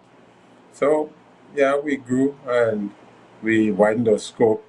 I traveled a lot with Radio Trinidad to the Olympic Games, the Pan Am Games, the Central American Games, football, cricket, everything. So my variety as a broadcaster was really wide. In addition to that, I also became a man who decided, well, because people helped me when I was a boy coming up in Tobago, I always felt that it was important to give back to the people. So apart from being a broadcaster and renowned, I traveled the world, I did everything that was required of me. I attracted attention. I created this program called Sports Sunday, which many people were in the younger period would have been acquainted with, and so on. And I had people like Amoko and BP on my side working with me because they felt that I had something to offer. So most people don't really know. They say I'm a sports commentator, but my attributes are wider. My scope is wider. The attributes that I have, the things that I've done in broadcasting as a person is tremendous, because you go to BP and Amoko, they tell you that this guy, I did the first safety video for Amoko, a local safety video. And the thing is that I went into a place where I had to talk to these people, and they were all barons, they were senior people in what they were doing, and I'm just a sports commentator. But I was studious. I did my work, I did my research, and when I went there and I sat with them, they had conversation. There was a place that was very quiet. And then they say, well, I was wondering, well, what was I doing? Did I make a mistake to come here to these people? Then someone said, how much is it going to cost? Then my wires start clicking and say, aha, I think I'm in the right zone. So we did something for them for a number of years. We did a lot of government programs in the sense of my company known as Nasama Enterprises. Did a lot of work for Nestle, for government agencies like Petrotrin, NP, Community Development, Ministry of Sports. So what we have done is certainly a very wide span of things that I've done for myself as an individual. So as a boy from Tobago, who born in Speyside, grew up by the seaside, they catching fish, cobbler fish and making fish broth on the bayside. It's a far cry from what I came from. But it's not where you come from, it's what you've done and what you do, what you contribute will make a difference in your life. And so while some people may have celebrated that body from Speyside, the thing is that we are able to give something back to the people. And wherever I've gone, I've created great impression on people. I've created friendships in Cuba, Espanol Países, Venezuela, and people have shown a lot of respect for me for what I've done. I've gone to places like Portugal and there and Cup broadcasts, and I got a lot of respect from many people on what I actually would have been doing with broadcasting. So there's a lot to handle, a lot that I've done, a lot I'm grateful for, but I'm still a very simple country boy, a boy who grew up in Speyside, and very grateful for the opportunities that were given to me. And I didn't really try to do anything uncharacteristic where it's concerned. Whatever I've done in life is because I was ordained to do that. And one of the things that the added portions to my life is that being a broadcaster, a football commentator, they know me much more for, and basketball. I created the name Soca Warriors, and they were using the name Strike Squad before. And then one day, I don't know, premonition, somebody spoke to me and said, hey, why don't we just change this? So I came up with working on this thing and the idea of a name. It was Calypso Warriors and Soca Warriors. Then I went with Soca Warriors from an advice from a good close friend from Nestle. And now it became, in the end, a name that's been used, that was used all over the world and went to the World Cup with Trinidad and Tobago. But even if I have achieved that, I now have the trademark for the name in itself because it's mine. There are those who really didn't give me the respect that I deserved from it. But it didn't matter to me because I think that I was ordained to do that. I was following God's work and say, well, they do that. I faced a lot of challenges with people who were deciding then that, well, that boy, they shouldn't get it. And that is we own. And in the end, everything was done to ensure that I didn't get it. But no matter what they would have done, God said He ordained that, He assigned me to do that job, and I did it. And in the end, the courts gave me the trademark, and the intellectual property office in Trinidad also recently gave me a year ago the trademark for the name. So it is all owned by me. So even if you may hear the name is being called still by a number of people, and that the authorities have not really settled down to even sit down and have a discussion, which is minimal really, because everything has its time. I waited 23 years to get that. So the best is still yet to come. And my time for that will come. And that will be done. And, eventually, because there are a number of people who know, leading people, respectable people, but we live in a country as well where sometimes you don't get what you deserve, or you get what you don't deserve, and all these sort of crazy things happen. So it's not very important to fight that. It's a fact, it's reality, and the good news for us is that we now have the trademark and we can go on and do tremendous things with that, because I don't think people in Trinidad and Tobago understand the true value of a trademark and its worth and what it can do for you, your generations to come, because it can't be changed now. So even if there are people who rush to the line and say, well, hey, this is mine, a number of people do those things, come to the front and parade. Because if you go to the intellectual property office, there are a sea of people who had put in their names to register to trademark Soca Warriors. And no matter all the challenges that we face, that really didn't happen. It became the owner's property and nobody else's. But apart from all that, hey man, I have had a tremendous life living in Trinidad, and I'm very grateful for that opportunity that was given to me to come to Trinidad to do what I had to do.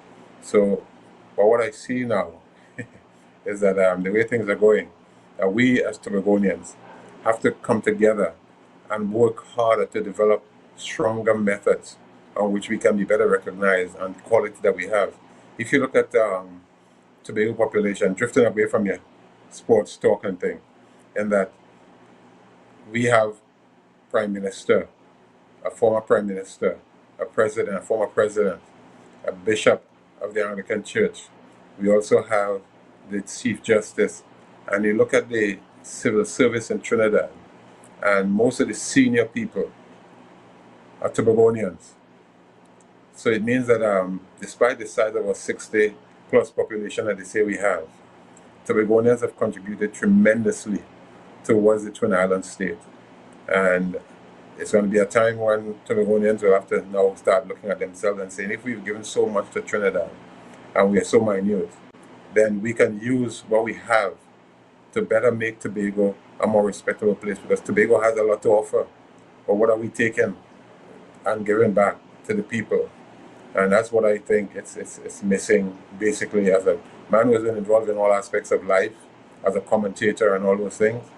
I feel that we as Tobagonians have to be stronger and be much more aware of what we have to offer and how we can capitalize. So I left Tobago with about 50,000 people 40-something years now, and just about 10,000 people, whatever, have been added to the population. I've been around Tobago working as a broadcaster, producer and all that, and see a lot of wasteland in the place. So there's so much more that Tobago can do. The population Tobago should be about 150 now. And they say I'm crazy, but that's real. And the fact that we have a 60,000, 65,000, whatever population, it means that we have not really grown to the order that we really would like to see happen to Tobago. And what we have done for the world, we have not been able to really give Tobago back its true worth, because we feel that we are probably subservient. And in that subservient behavior, we have not been able to really give what we're supposed to or give to the people. And a lot of people are suffering as a result of that. And I hope that at some point in time, your authorities, your government, whichever the government could be, will start looking at how best we can make Tobago a place worthy of its character. And that it's a little island, they say, we're there's a term that is being used now for Tobago. But it must not be a term that is as a little island with big ideas, but a little island who has produced big things and continue to show the world that we have a lot to really cater for, to show that we have and can give back to the world in itself. So this is an idea about this fellow named Sylvan Melville from Tobago, from Speyside, and things. So hope you have vexed because of what I said.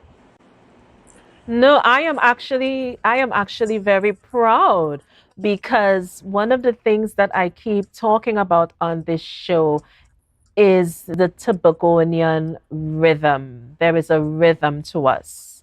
There's a uniqueness to us as Tobagonian people. And with you, I grew up with your voice. There was a resonance that made me want to listen to your commentary. And that is a gift. It cannot be matched. Yeah. And I'm so happy that you're here, because I want you to tell the viewers something positive before we wrap. What would you say to our viewers today? Well, honestly, I'm a real Tobagonian, heart and soul. So I ain't really pretending that. And despite the fact that I spent so many more of my years in Trinidad, I am still Tobagonian, still proud of being Tobagonian. Because I sit there and I listen to even some of my commentators say, and there's a goal for Trinidad, or Trinidad beat Antigua in this cricket match. And there's Trinidad and Tobago. So I don't think we've been given the credit that we want. But as a Tobagonian, what I'd like to say is that we have shown the world that we are so much more, and we have given so much to them. Like, quietly, there's a guy called Colin Braffett. He's from Wilson Road.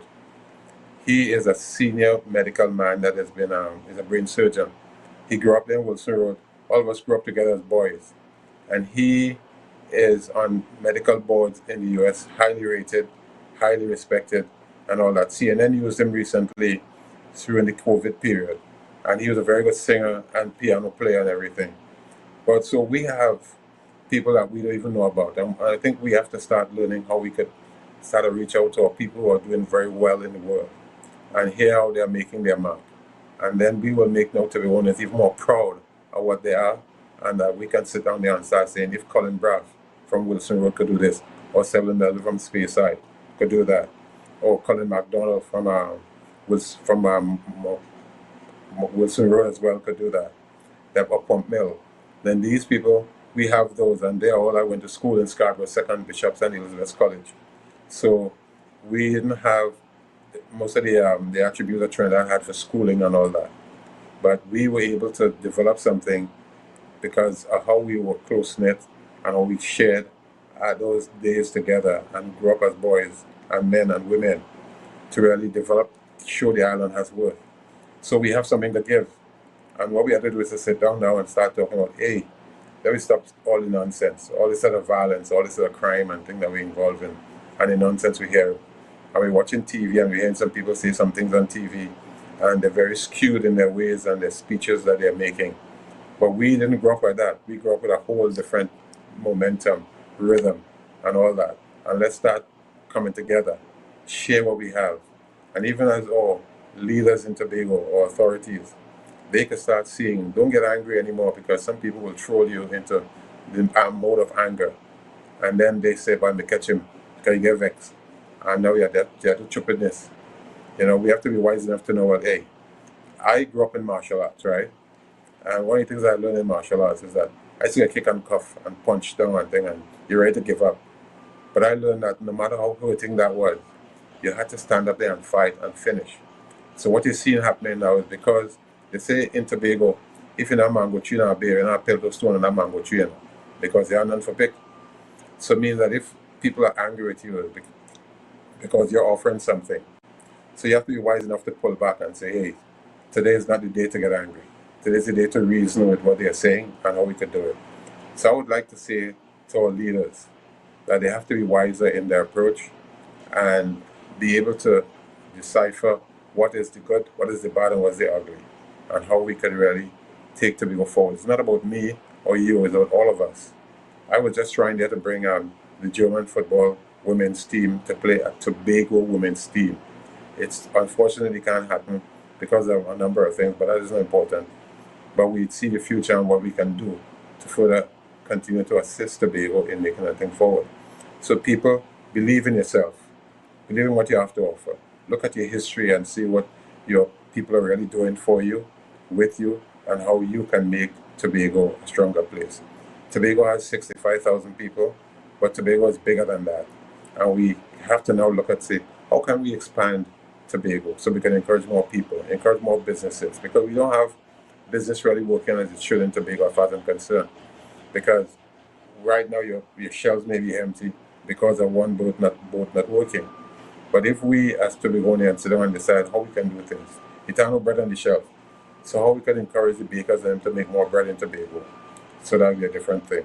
And all these things we have to start coming together, as we had problems in the past and how they treated us. You used to go for your birth certificate in Trinidad, your passport and all those things. Now that's a thing of the past. So we have to now say, well, because of resilience and great resolve on the part of the people, we did that. So now what can we do now to change and further enhance Tobago's position and image so we can be more self-sufficient and be a better place? And so we don't have to beg anybody out there and say, well, what Tobago can do? Tobago can't stand on its own, and Tobago and this and Tobago and that. There are a number of things about Tobago that people are not really recognizing. So until they do that, and that's why I probably went too long on this thing to tell you. But the thing is, we have to now come together as a people, love each other more, understand what we have, and what we're prepared to give back to the society and to the Union of Trinidad and Tobago. And there you have it, guys. I could not have said it better myself. Mr. Selwell Melville, thank you so much for joining us. From our family to yours, we wish you nothing but peace, love, blessings, and of course, success in whatever you endeavor to do. We're going to take a break and we're going to be right back, guys. We're going to be back with our Culture Corner. Zav joins us, musician, poet, singer, songwriter, for our Culture Corner. But let me just mention the trivia question once more. What was Tobago's airport first called before it was renamed? I hope you guys get it. If not, the answer when we return with Brunch, a taste of Tobago. See you guys soon.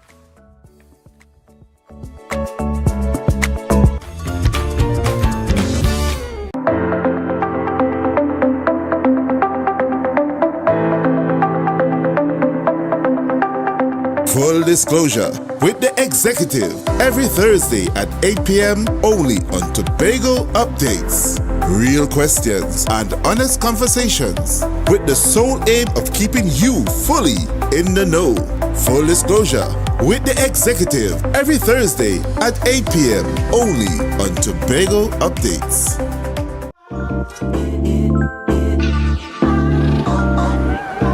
Wait, I do even have suit and thing for this wedding. Why getting them thing? Follow port my right over there. Alright, thanks. The Port Mall, where the varieties are large from your favorite stores, from restaurants to salons and from clothing stores to jewelry stores, located at Sanctus Hill, Scarborough, Tobago. Telephone number is 868-334-6589.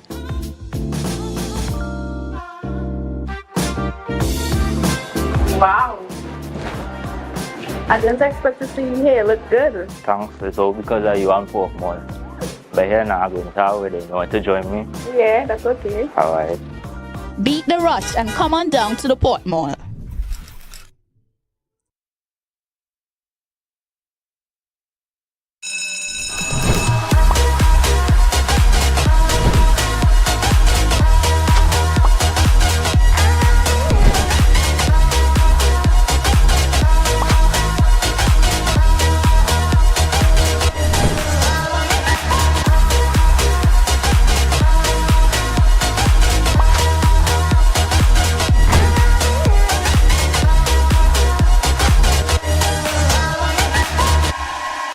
So your car break down Oh, no, not again.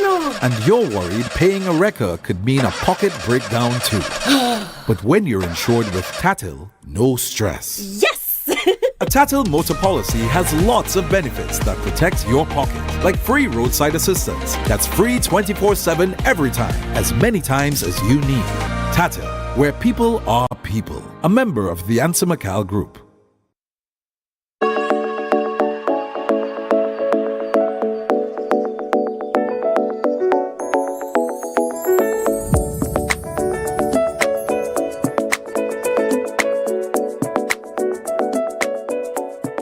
And welcome back to Brunch, a Taste of Tobago. I am so happy that you guys are here.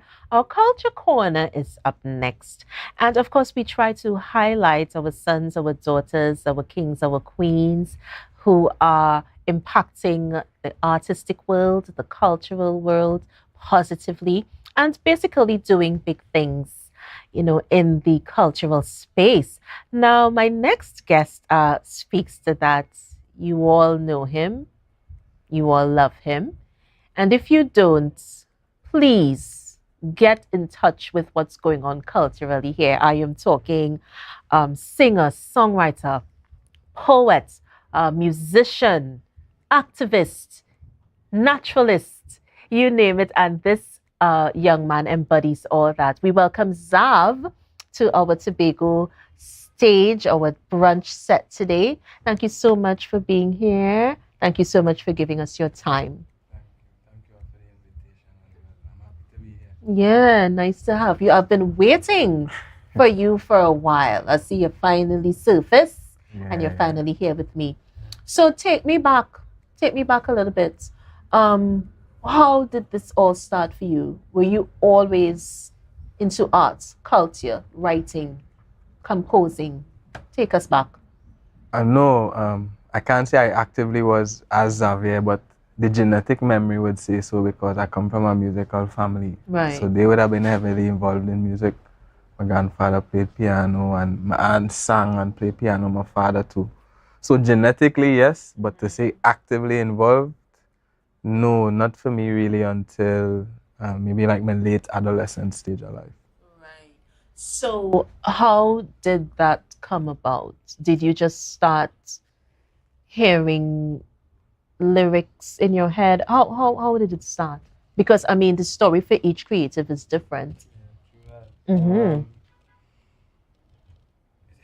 How it really started for me was that I was in my final year of university, Mm-hmm. and I had a son on the way. Mm-hmm. And yeah, that has happened. Yeah.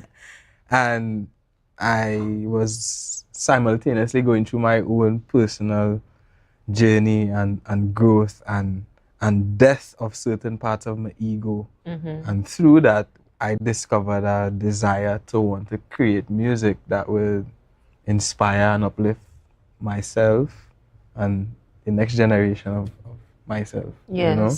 So I started to write songs that would tell the story of the journey I was going through, that hopefully him and others could listen to and relate to and feel inspired to take that journey to self-discovery as well, because have nothing more liberating than to come to know who you are. Yeah, definitely. So, you know, that journey was something worth recording, and it was, you know, I was inspired to share it through music, so I did. And you know, there are some things that just come naturally because it's cosmic. Yes. And so that is our light that's emerging right there. And I felt that is what happens for you. It's still happening because the journey never ends. We're always on that path to our awareness and knowledge of ourselves, accepting who we are, knowing that we are who we are. We come from kings and queens, artisans are we, architects are we, you know, so getting to know yourself. Yes, truly liberating and truly empowering, and you know, it's a journey you had to be brave on, because all the old ideas that you would have had about yourself or others would have had about you, you know, you had to be willing to let those things go. And you know, we get attached to those things. So, you know, but it's worthwhile. And it's like, ultimately everybody want to be happy now, and you're most happy being yourself. So the journey to discovering that, that's a journey to take. And coming in touch with, well, rather embracing your roots, because I look at you and I feel your vibration, and that's roots and culture right there. There is no ifs, buts, maybes about it. Coming into your own as a human being, as a young man, sparked this evolution of Zav. Correct. Yeah? Very much so. And even because this is the third iteration of the sobriquet. When I started, I was Xavier, and then I was Xavier Edwards, and now I'm Zav. Effectively, I always wanted to be myself. You know, like I always wanted to embody a whole being, not a entity that is an artist and then I'm somebody else. Otherwise, I wanted to be real. So, you know. So you just wanted to be yourself, but you wanted to be every aspect of yourself. Every aspect, fully. A holistic human being, a holistic presence. Because that's what we get when we experience your performance, we experience you performing. And there's always a buzz. You have a buzz about you. I remember one time I saw you and you had your guitarist who is actually here bad with guitarist us. Yes. So good morning to you. And there was a buzz, there was a energy, there was a feeling that came about even before you uttered a lyric or a line. And that is something that is so unique to you, because this is your light emerging. Give thanks to the family tree, and you know, both the biological bloodline and the spiritual bloodline, because you know, that is the manifestation here. So give thanks to everybody from time go back, those I know, those I do not, and those who contributed in real time too. Big up, big love to those people. But do you remember the first time I spoke to you was in WhatsApp? We didn't meet. And the conversation was so positive, and I felt as if I knew you from so long ago. You know, so I took note of that, because the positivity came shining through with just one conversation. We exist in the dimension of time, but the spirit exists beyond that.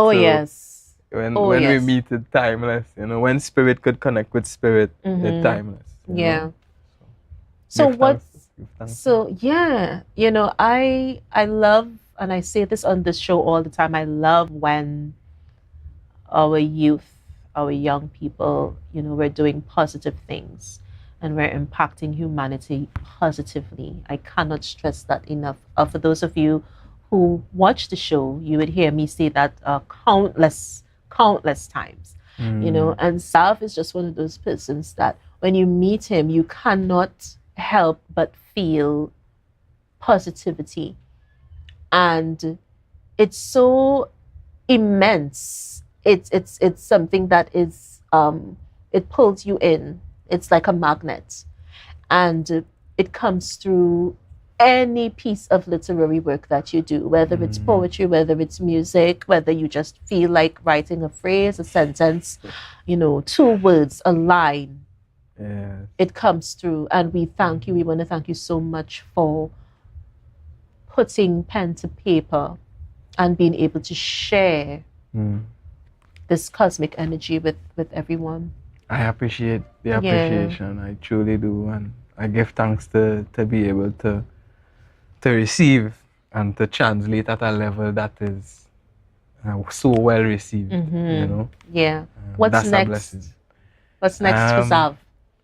Right now, we're doing some groundwork, between myself and Ashaku and Kiwa, and we've been doing a lot of work on the ground when it comes to live music and sharing that same energy, that same goodness, that same vibration with the people. And we're also in a real unique creative space too, with people like you, Major, and Kiwan as well in the creative space. So he's also a bad producer. Yes, good morning to you. Songwriter too now.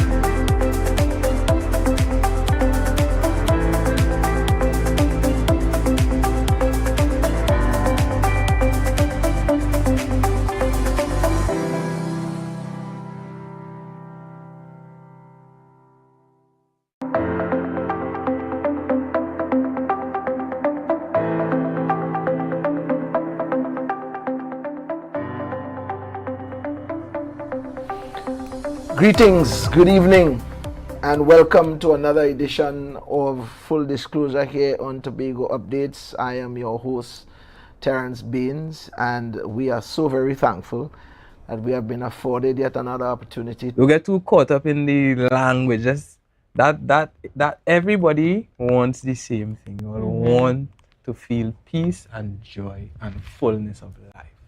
That is all we want. So try your best to create space for others to experience that and set an intention for you to experience that too. When it comes to practical steps, which are useful too, they are very, very useful. I don't like to get caught up on the languaging too much, but practical steps, the things we eat, the food we put into our mouth or ears or eyes, all these are mediums of energy exchange. So we want to be mindful about what we're listening to and what we're eating and what we're watching. It's challenging because there's so much out there. I myself, there's always, it's a dance because you want to be able to know what's happening too. Yeah. It's like I saw Denzel say at time, if you watch the news, you're misinformed. If you don't watch it, you're uninformed. Yeah. But if you listen to music, so you still want to be able to navigate, but navigate from a place of the intention to not be wrapped up by it. That's the journey, and it's eternal. Yeah. Because you're described as a sonic expression. Yeah, a sonic expression. Divine human spirit. Yes, correct. And that's what you are. Yes, that is it. Sound, as always, one of my first elders along my journey Uncle Hugh, big up Uncle Hugh one time, he was telling me, everybody used to talk about the creation story, whether metaphorical or real, not in the biblical reference that says, and then God said, let there be light, and people just talk about light, and we're like, and then God said, sound. So it's really the song was first, you know. So we are all a sound that then eventually vibrated and slowed down enough that it could be solid and is light and visible. Yes. But we are all sonic expressions of the divine. Yes. You know, and it's up to us to choose to express closer to the divine. I like how you said or that. express it that way. Yes. Or move through where necessary, knowing that your navel is tethered to that. Yes. You know? And living from that space. So, you know, I love the way that you broke that down, because you answered so many questions with just my one question. So you broke it down and you touched on various aspects of what I was asking. Some of your influences I found really interesting. Erykah Badu. Yeah. Big influence. Definitely. Big influence. I was listening to Erykah strictly at one point, nothing else. Like nothing else. That was in my later years of university. Just like, exploring. And I don't even want to say exploring like I chose to explore. It was just me listening to the guidance to, let go of certain things or explore different things. And music was one of the things I was really tapping into and paying attention to, like, how does my body feel when I listen to this? What kind of thoughts do I have preceding listening to this? What kind of thoughts did I have preceding the desire to listen to this? And I found that artists like Erykah, the music had me feeling like I was resonating closer to that aspect of the divine, which is what I wanted now. As humans, we have free will to want whatever we want. You do your thing, but that is what I wanted. I wanted to feel the living spirit in my livity. And she was helping me to do that. So I listened to her, and then I write the Live Free project. So let's talk about the Live Free project. Let's talk about that, because that is something that I feel resonates very truly to what you are and what your journey, where you want to go, what legacy you would like to leave when you're not on the earth anymore. So let's talk about the Live Free project really quickly before we wrap. Tell us about it. That body of work was my first body of work. It's the first set of songs I ever wrote, and I wrote them very quickly. It was very easy for Xavier to write them because Xavier wasn't really writing. Xavier was just listening and translating as best as I could through my own filter. So that body of work, at least when it comes to the essence of it, is for me and many others who are on a similar journey. Me translating the voice of God to Xavier, where he was at in his journey. So there's a lot of energy in that project. There's a lot of spirit in that project. There's a lot of messages in that project that are profound and that are, to me, the voice of God. And then there's a lot of Xavier in that too. Because it's coming through my filter. You are the catalyst. Yeah, it coming through there, and I straining out what I could, but also the elements of me that I still had coming out too. So I have a little bit of my arrogance in it. It's there because I had that with me too. But there's my pieces in there too, and my love and my heart and my pain is in there. All of that is in there. And then there's parts where Xavier not there at all, and God just coming through straight. And I just managed to get it out. Give thanks that it helped me so much and helped so many others. And that's the reason why I think that's where my core supporters and fan base started, because so many people were going through a similar journey at that time. So give thanks to everybody who helped create that project and made live on forever and still be paying in 2409, as I say on hieroglyphics. Yeah. That is my Okay. How do we reach you, Zav? How do we interested persons who want to get in contact with you? Your telephone number, social tags. Just let our viewers know before we wrap. If you want to connect with me, I'm available on all social media at zav.sound. That's xav.sound. And you could find me there. Contact number. Hit me up on social media and then we'll know if I contact So let's just go to zav.sound. Yeah. And everything is going to be laid out for you guys. Yeah. You can also check my website, which is www.zavsound.com. www.xavsound.com. Right. You can find me there. Yeah. So I think that you just say so much. So I don't have to interject in many ways. So we are going to take a break. We're looking forward to having Zav perform. That's something we're looking forward to. So we're going to take a break and we're going to be right back. But before we do that, one more time, our trivia question, nobody got it, but what was Tobago's airport first called before it was renamed? I was so sure you all would have gotten this. Crown Point, Crown Point Airport. Oh my gosh. Thank you so much for joining. You were viewing Brunch, A Taste of Tobago. We're going to see you guys on Monday. From our family to yours, we wish you nothing but blessings, peace, love, and light. So we're going to take a break. We're going to come back with Zav. He's going to perform for us, and we will be right back. See you guys soon.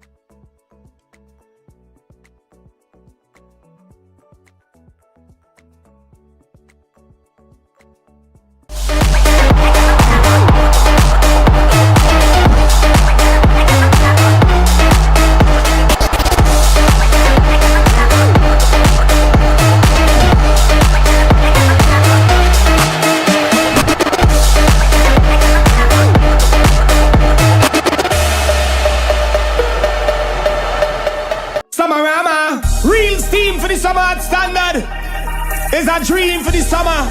Dreamy, steamy, standard. What you have? All the best deals, no drama. Standard be beat like a hammer. Go tell your friend, tell your papa, tell your mama. We got more. Standards of what is urgent for. Quality brand, discounts galore. New things for the summer, online in store. Summertime is here, so make the most out of it at Standard. Never beaten on quality and price. It nice. So your car break down. Oh, no, not again. And you're worried paying a wrecker could mean a pocket breakdown too. But when you're insured with Tatil, no stress. Yes! A Tatil motor policy has lots of benefits that protect your pocket, like free roadside assistance. That's free 24/7 every time, as many times as you need. Tatil, where people are people. A member of the Ansa McCall Group.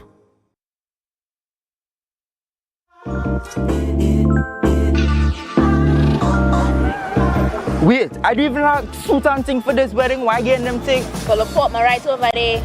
Alright, thanks. The Port Mall, where the varieties are large from your favorite stores, from restaurants to salons and from clothing stores to jewelry stores, located at Sangsas Hill, Scarborough, Tobago. Telephone number is 868-334-6589.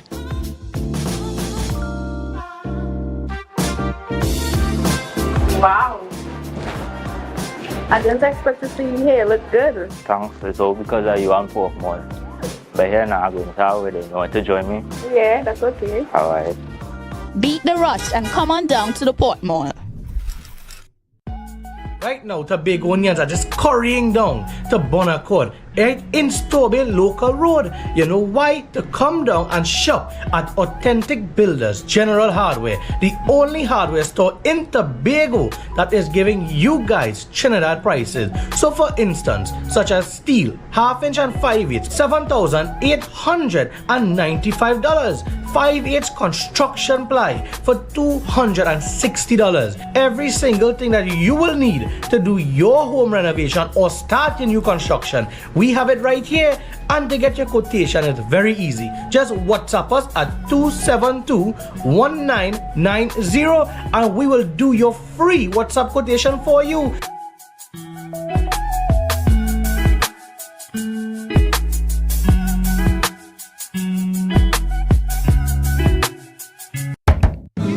From the experts that created the Zinger Sandwich comes the KFC Crispy Barbecue Zinger. The only one I see is you. Cheddar cheese, crispy onions, the most delicious Kentucky Fried Chicken, and barbecue sauce. Get ready for a whole new level of flavor. Tobago Glass Supplies has been a leading name for over 37 years in the glass and aluminum market in Tobago. We provide an extensive range of high-quality, innovative aluminum and glass products for commercial and residential use. Competitive prices with superior and professional services by committed employees who are guided by rigid quality standards. Tobago Glass Supplies specializes in the manufacture and installation of glass and aluminum products that are essential to today's homeowners and the business environment. We are engaged in marketing, sales, and installation of a variety of products. These ranges from windows and doors to necessities such as mirrors for homes and vehicles, designed and manufactured in-house or imported.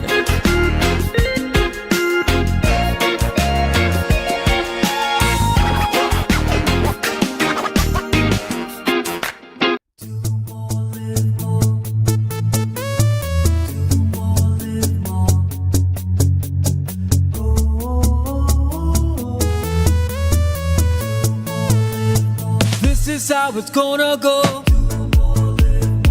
They better look up and look, 'cause this is your show, and everybody's gonna know. Say it to them once again. They better look up and look. This is your show, and everybody's gonna know. That's how it's gonna go. They better look up below, 'cause this is your show. Mount Pleasant Credit Union Back to School Loan Promotion. Loans up to $15,000. Requirements: job letter and a payslip no more than 1 month old. Utility bill, copy of book list, salary deduction, 10% down payment. For self-employed persons, evidence of income and expenditure, bank statement, 12 to 18 months. Other supporting document. Promotion ends October 18. Contact us at 639-8375 or 8108, or check us out on www.mpcutobago.com or email us at loan@mpcutobago.com. Mount Pleasant Credit Union's Back to School Loan Promotion. Mamai Lakai Home Services. We specialize in cleaning of carpets and rugs, mattresses, living room and dining room sets, vehicle detailing, cleaning and sanitizing of homes and commercial spaces. We also do landscaping and tree cutting, pressure and power washing, floor care, fumigating and air purifying. You can also call us for professional painting services, babysitting and adult sitting. Call us now, 333-4430. At Mamai Lakai Home Services, we take cleaning to another level. Everybody only worrying. Never ever worry. Don't mind how things looking hard. I tell them never ever worry. If your nice car get damaged bad, I tell them never ever worry. What I'm saying consider Tatil is always right here for you. I tell them never ever worry. Don't mind if life make you sad. I tell them never ever worry. If your house get flooded out real bad. I tell them never ever worry. What I'm saying is true. So just consider Tatil is always right here for you. I tell them never ever worry. If sickness catch you off guard. I tell them never ever worry. If times fall on you real hard. I tell them never ever worry. What I'm saying is true. So just consider Tatil will always be here for you. Never worry about a thing. Tatil, where people are people. You know what I mean.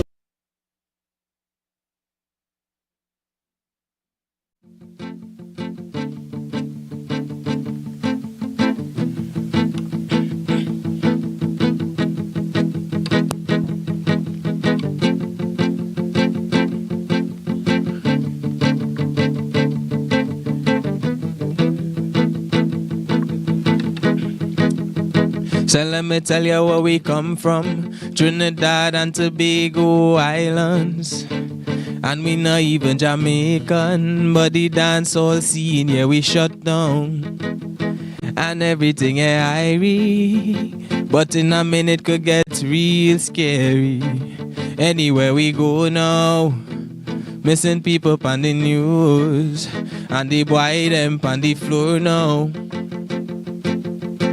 Blood running, can't stop it. Flow, boy gunning, small rocket. Whoa, black life and a small topic. No, police outside and not stop it. No, try tell me that is part of it. No. And I want to share with you tonight. There's still beauty in our isles. Open your eyes.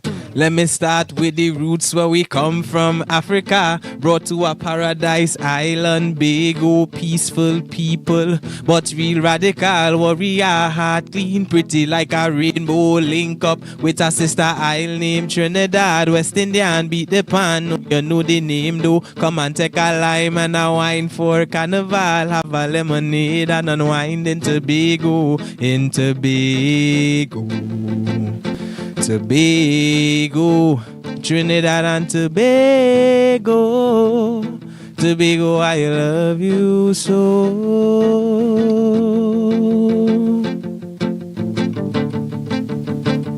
Tobago, Tobago, I love you. So let me tell you where we come from.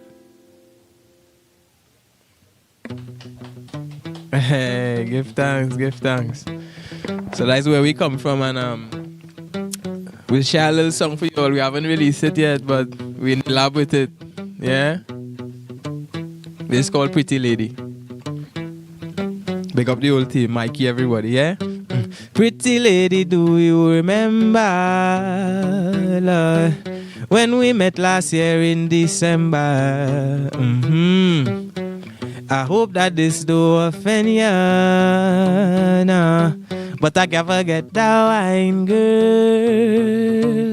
Hear me right? In the back in times in Mariah, the dance floor was hot like a fire.